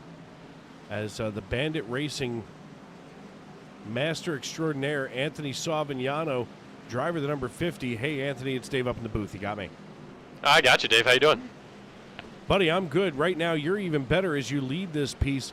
I mean, obviously, cautions have bred cautions tonight here. I mean, 12 cautions over, now 69 laps, which that's a heck of a number, but maybe not the one that you wanted to reach tonight. What are you thinking as we get ready to go back to NASCAR Overtime tonight? Well, this has been a very interesting race, very interesting weekend for me. 2 absolutely horrible, didn't even reach lap 10 races for the Xfinity and Cup, and both of them were completely my fault, and hang on, outside Tane. And so this is a great opportunity for me and my team. I got Alex Gangler and Kavaja Holt, 2 Bandit Racing teammates here, both top 4 with me. So we're trying to squeeze Tane out here and get a Bandit Racing top 3 sweep, which would be awesome here to finish off the week. Listen, here's the hard thing for me, and I'll leave you with this. Here, first off, I like all 3 of you guys up here in Bandit Racing. I mean, Gangler's got my number here on the side of his truck, so I'm always quietly pulling for Gangler, and of course, he was once upon a time our race controller extraordinaire. Kavaja Holt and I have gotten to know each other over the years, so I'm always pulling for him. And you, of course, coming on to Bandit Racing. I mean, the 3 of you are always, in my sight, so to speak. The problem is Tane Hodison's got my name on the deck lid of the bed of his pickup truck. That's not good. Now you're all switched up here. I am more conflicted than a congressman without a lobbyist. Oh, Dave, I hope you figure it out by the time we get to the checkered flag. But regardless, Tane's a fantastic truck driver. This is going to be an awesome finish, and yeah. Here's the thing, and just a peek behind the curtain, yours truly is most of the way through a bottle of Jim Beam, so I'm going to get excited real quick here. You know what I'm saying? It's Amen, brother. Exciting. And listen, good luck to you. Good luck to the rest of the Bandit Racing team. And, hey, any of you top 4 want to take home the checkered flag, I'm a fan. Appreciate it, Dave. We'll put on a show for you. Thank you. All right, brother man. Going to send him back on up to the Bandit Racing stable. Anthony Savignano, driver the number 50. He did have a rough weekend here in the 50. And I'll tell you what, he and Tane Hodison are about to get the hammer and tongs out. As Tony Trapassa would say, I used to say pitchforks and torches. But you know what? It's hammer and tongs time. Anthony Savignano gets ready. He's ready. He's strapped in. He gets a bump from his teammate in the 0-0, and off we go in NASCAR Overtime.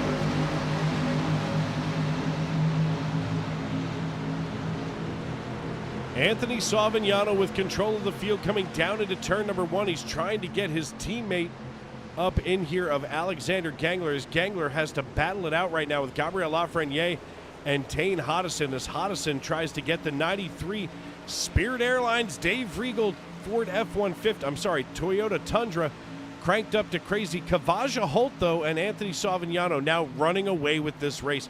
Tane Hodison has to try to track down the 06 Oxmoor of Gabriel Lafreniere. He can't allow that Canadian to run away with his podium spot as now he looks to the inside.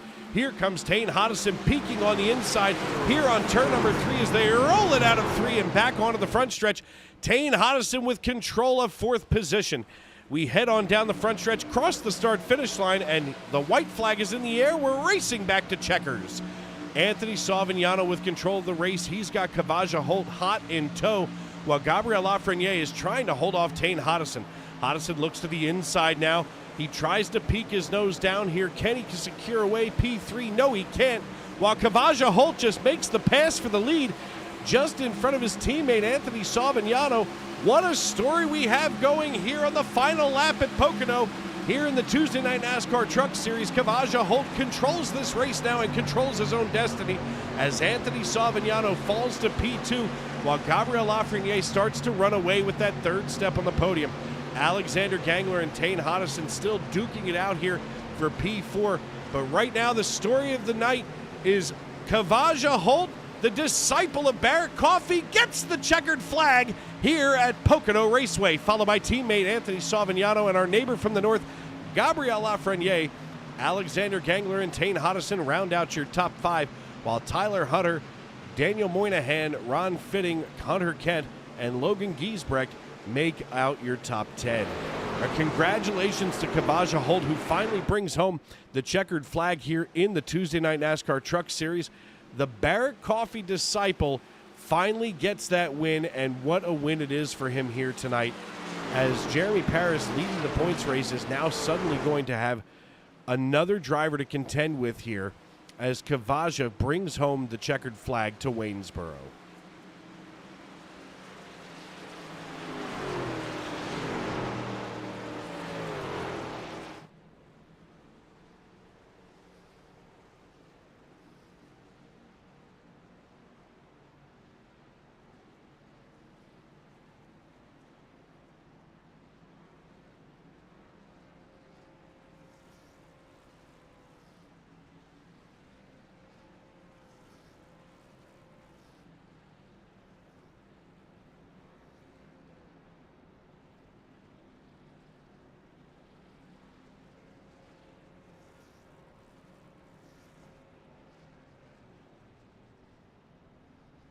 Going to get a hold of these drivers here as the Bandit Racing Stables takes 2 out of 3 here in the top 3 as we get a hold of Kavaja Holt, driver of the 00. Anthony Savignano, he goes P2. And, of course, now I'm moving too many people here into the broadcast booth. We're going to move Savignano down. And last but certainly not least, we need to get a hold of the Accent LED driver, Gabriel Lafreniere, driver of the 06 Oxmoor Ford F-150.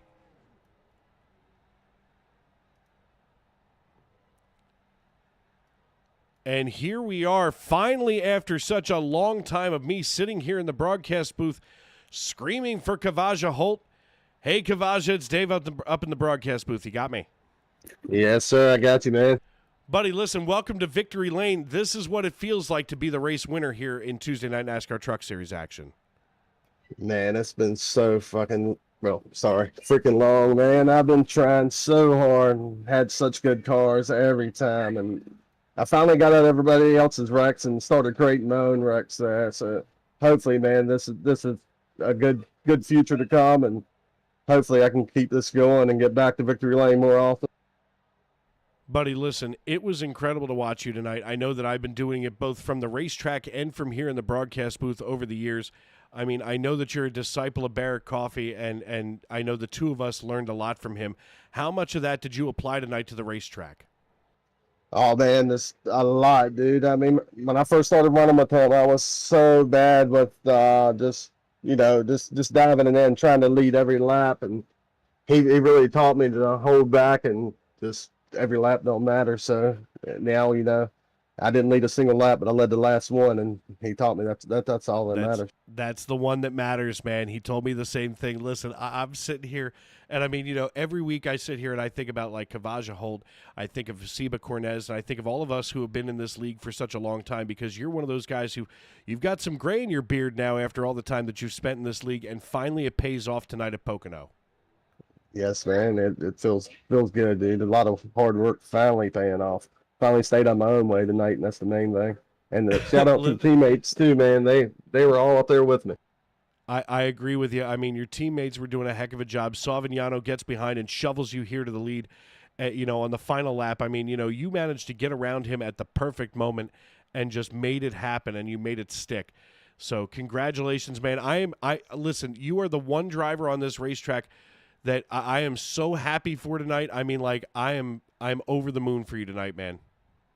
I really appreciate it, man. That's what we do it for, Absolutely. Well, listen, here's the deal. Welcome to the victory circle.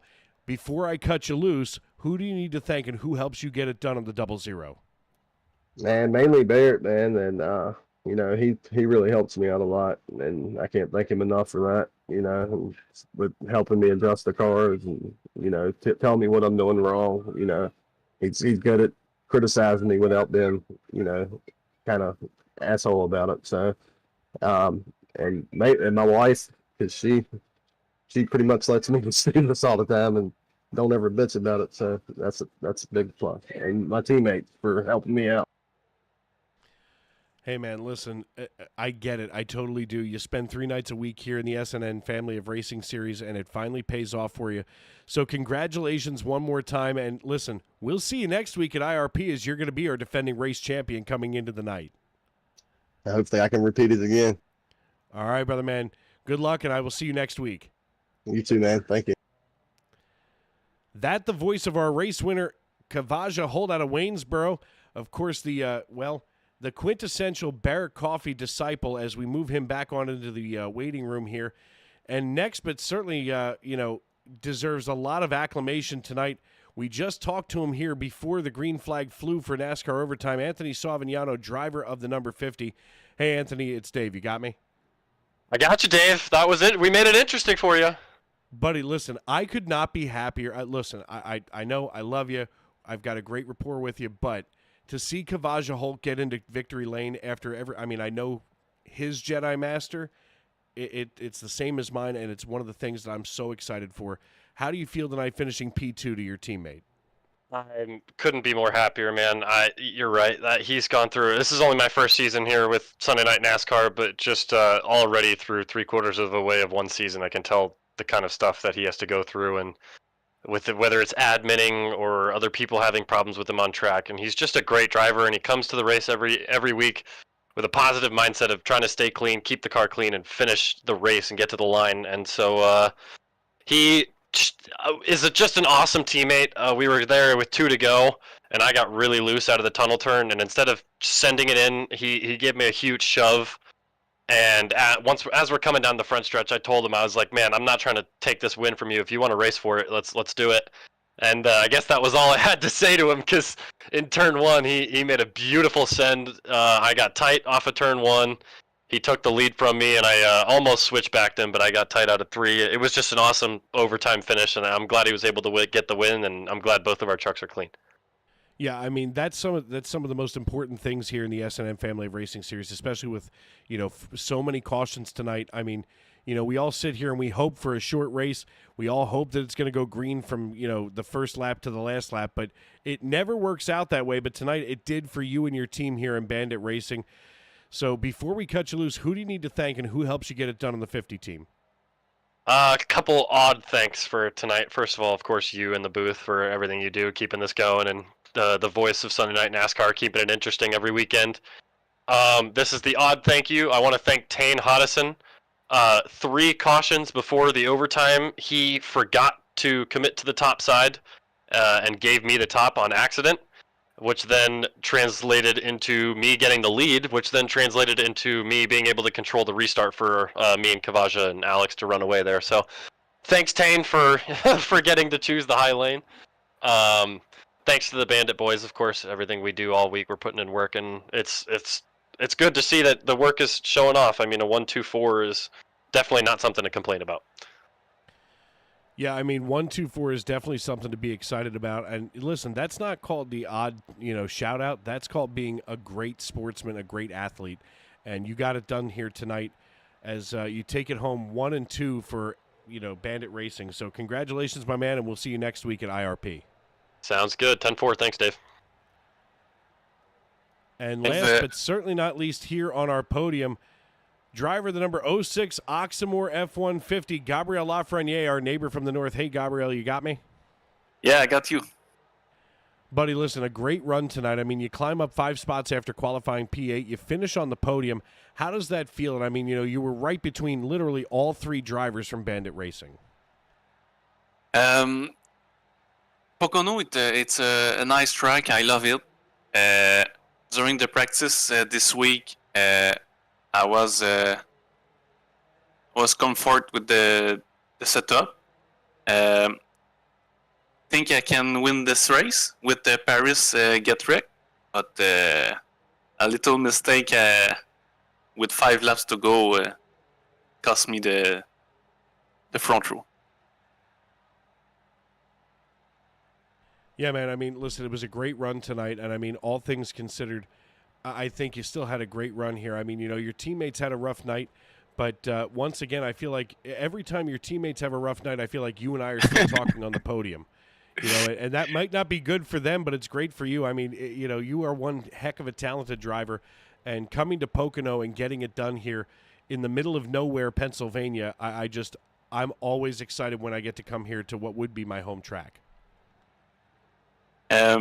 Just talk about the wreck I caused at the end. I touched the wall, and I only drive with one hand. So when I touch the wall, the wheel slip out of my hand, and everyone behind me hit me.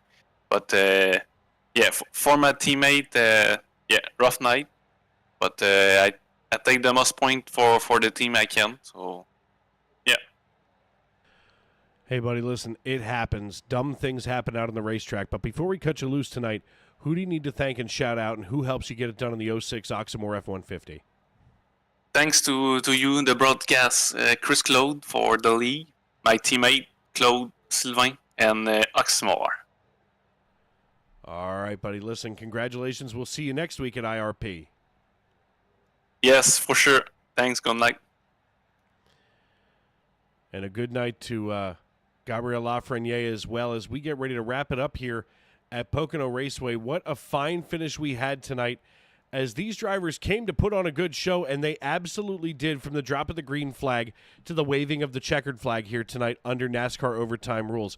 Kavaja Holt finally picks up that elusive first win here in the Tuesday Night NASCAR Craftsman Truck Series. He's joined on the podium by Anthony Savignano and Gabriel Lafreniere. Alexander Gangler, teammate of Kavaja and Anthony, finishes in 4th, while Tane Hodison rounds out your top 5 in the number 93 Spirit Airlines Dave Regal Toyota Tundra. Tyler Hunter finishes in 6th, while Daniel Moynihan and Ron Fitting finish 7th and 8th. Hunter Kent and Logan Giesbrecht round out your top 10. Tyler Sexton and Casey Bristow come home in 11th and 12th, while at the same time, Brandon Hinton and Andrew Deemer come home in 13th and 14th. Chris Claude finishes in 15th, while Timothy Cook brings it home in 16th, with Aaron Mack in 17th. Brandon Minto brings home 18th position honors, as he had some late problems here in this race, with Claude Ferlin, teammate of Gabriel Lafreniere, coming home in 19th position. John Wilco out of McAdoo, Pennsylvania, brings it home here in 20th position, rounding out your top 20, as Matt Mackin and Noah Hamilton finish 21st and 22nd. Chris Custer comes home in 23rd, while the faster pastor Stoney Benfield gets the NC811.org Ford F-150 into 24th. Steve Herring finishes in 25th, while Sylvain Jolie comes home in 26th. Jeremy Paris and Richard Pruitt come home in 27th and 28th, while 29th and 30th go to Derek Bacorn and John Crow Sr. Rounding out the rest of the field is Diego Rodriguez, my brother from another mother, Matt Metler. Rich Jett in the double natural comes home in 33rd, and he finishes dead last in the field, but somebody had to do it, and unfortunately tonight it's Schwenksville, Pennsylvania's very own Rich Jett. And folks, what a great night we had here at Pocono. I want to thank everybody for tuning in here on YouTube, of course, on Sim Racing Media. And you can check us out on simracingmedia.com. Make sure that you remember to tune in to 105.5 FM WMGH 6 days a week, as yours truly going to be at the microphone, especially if you're here at Pocono Raceway. And tomorrow and every day as you walk down the road of life, please don't play in traffic. Good night, everybody. Pocono.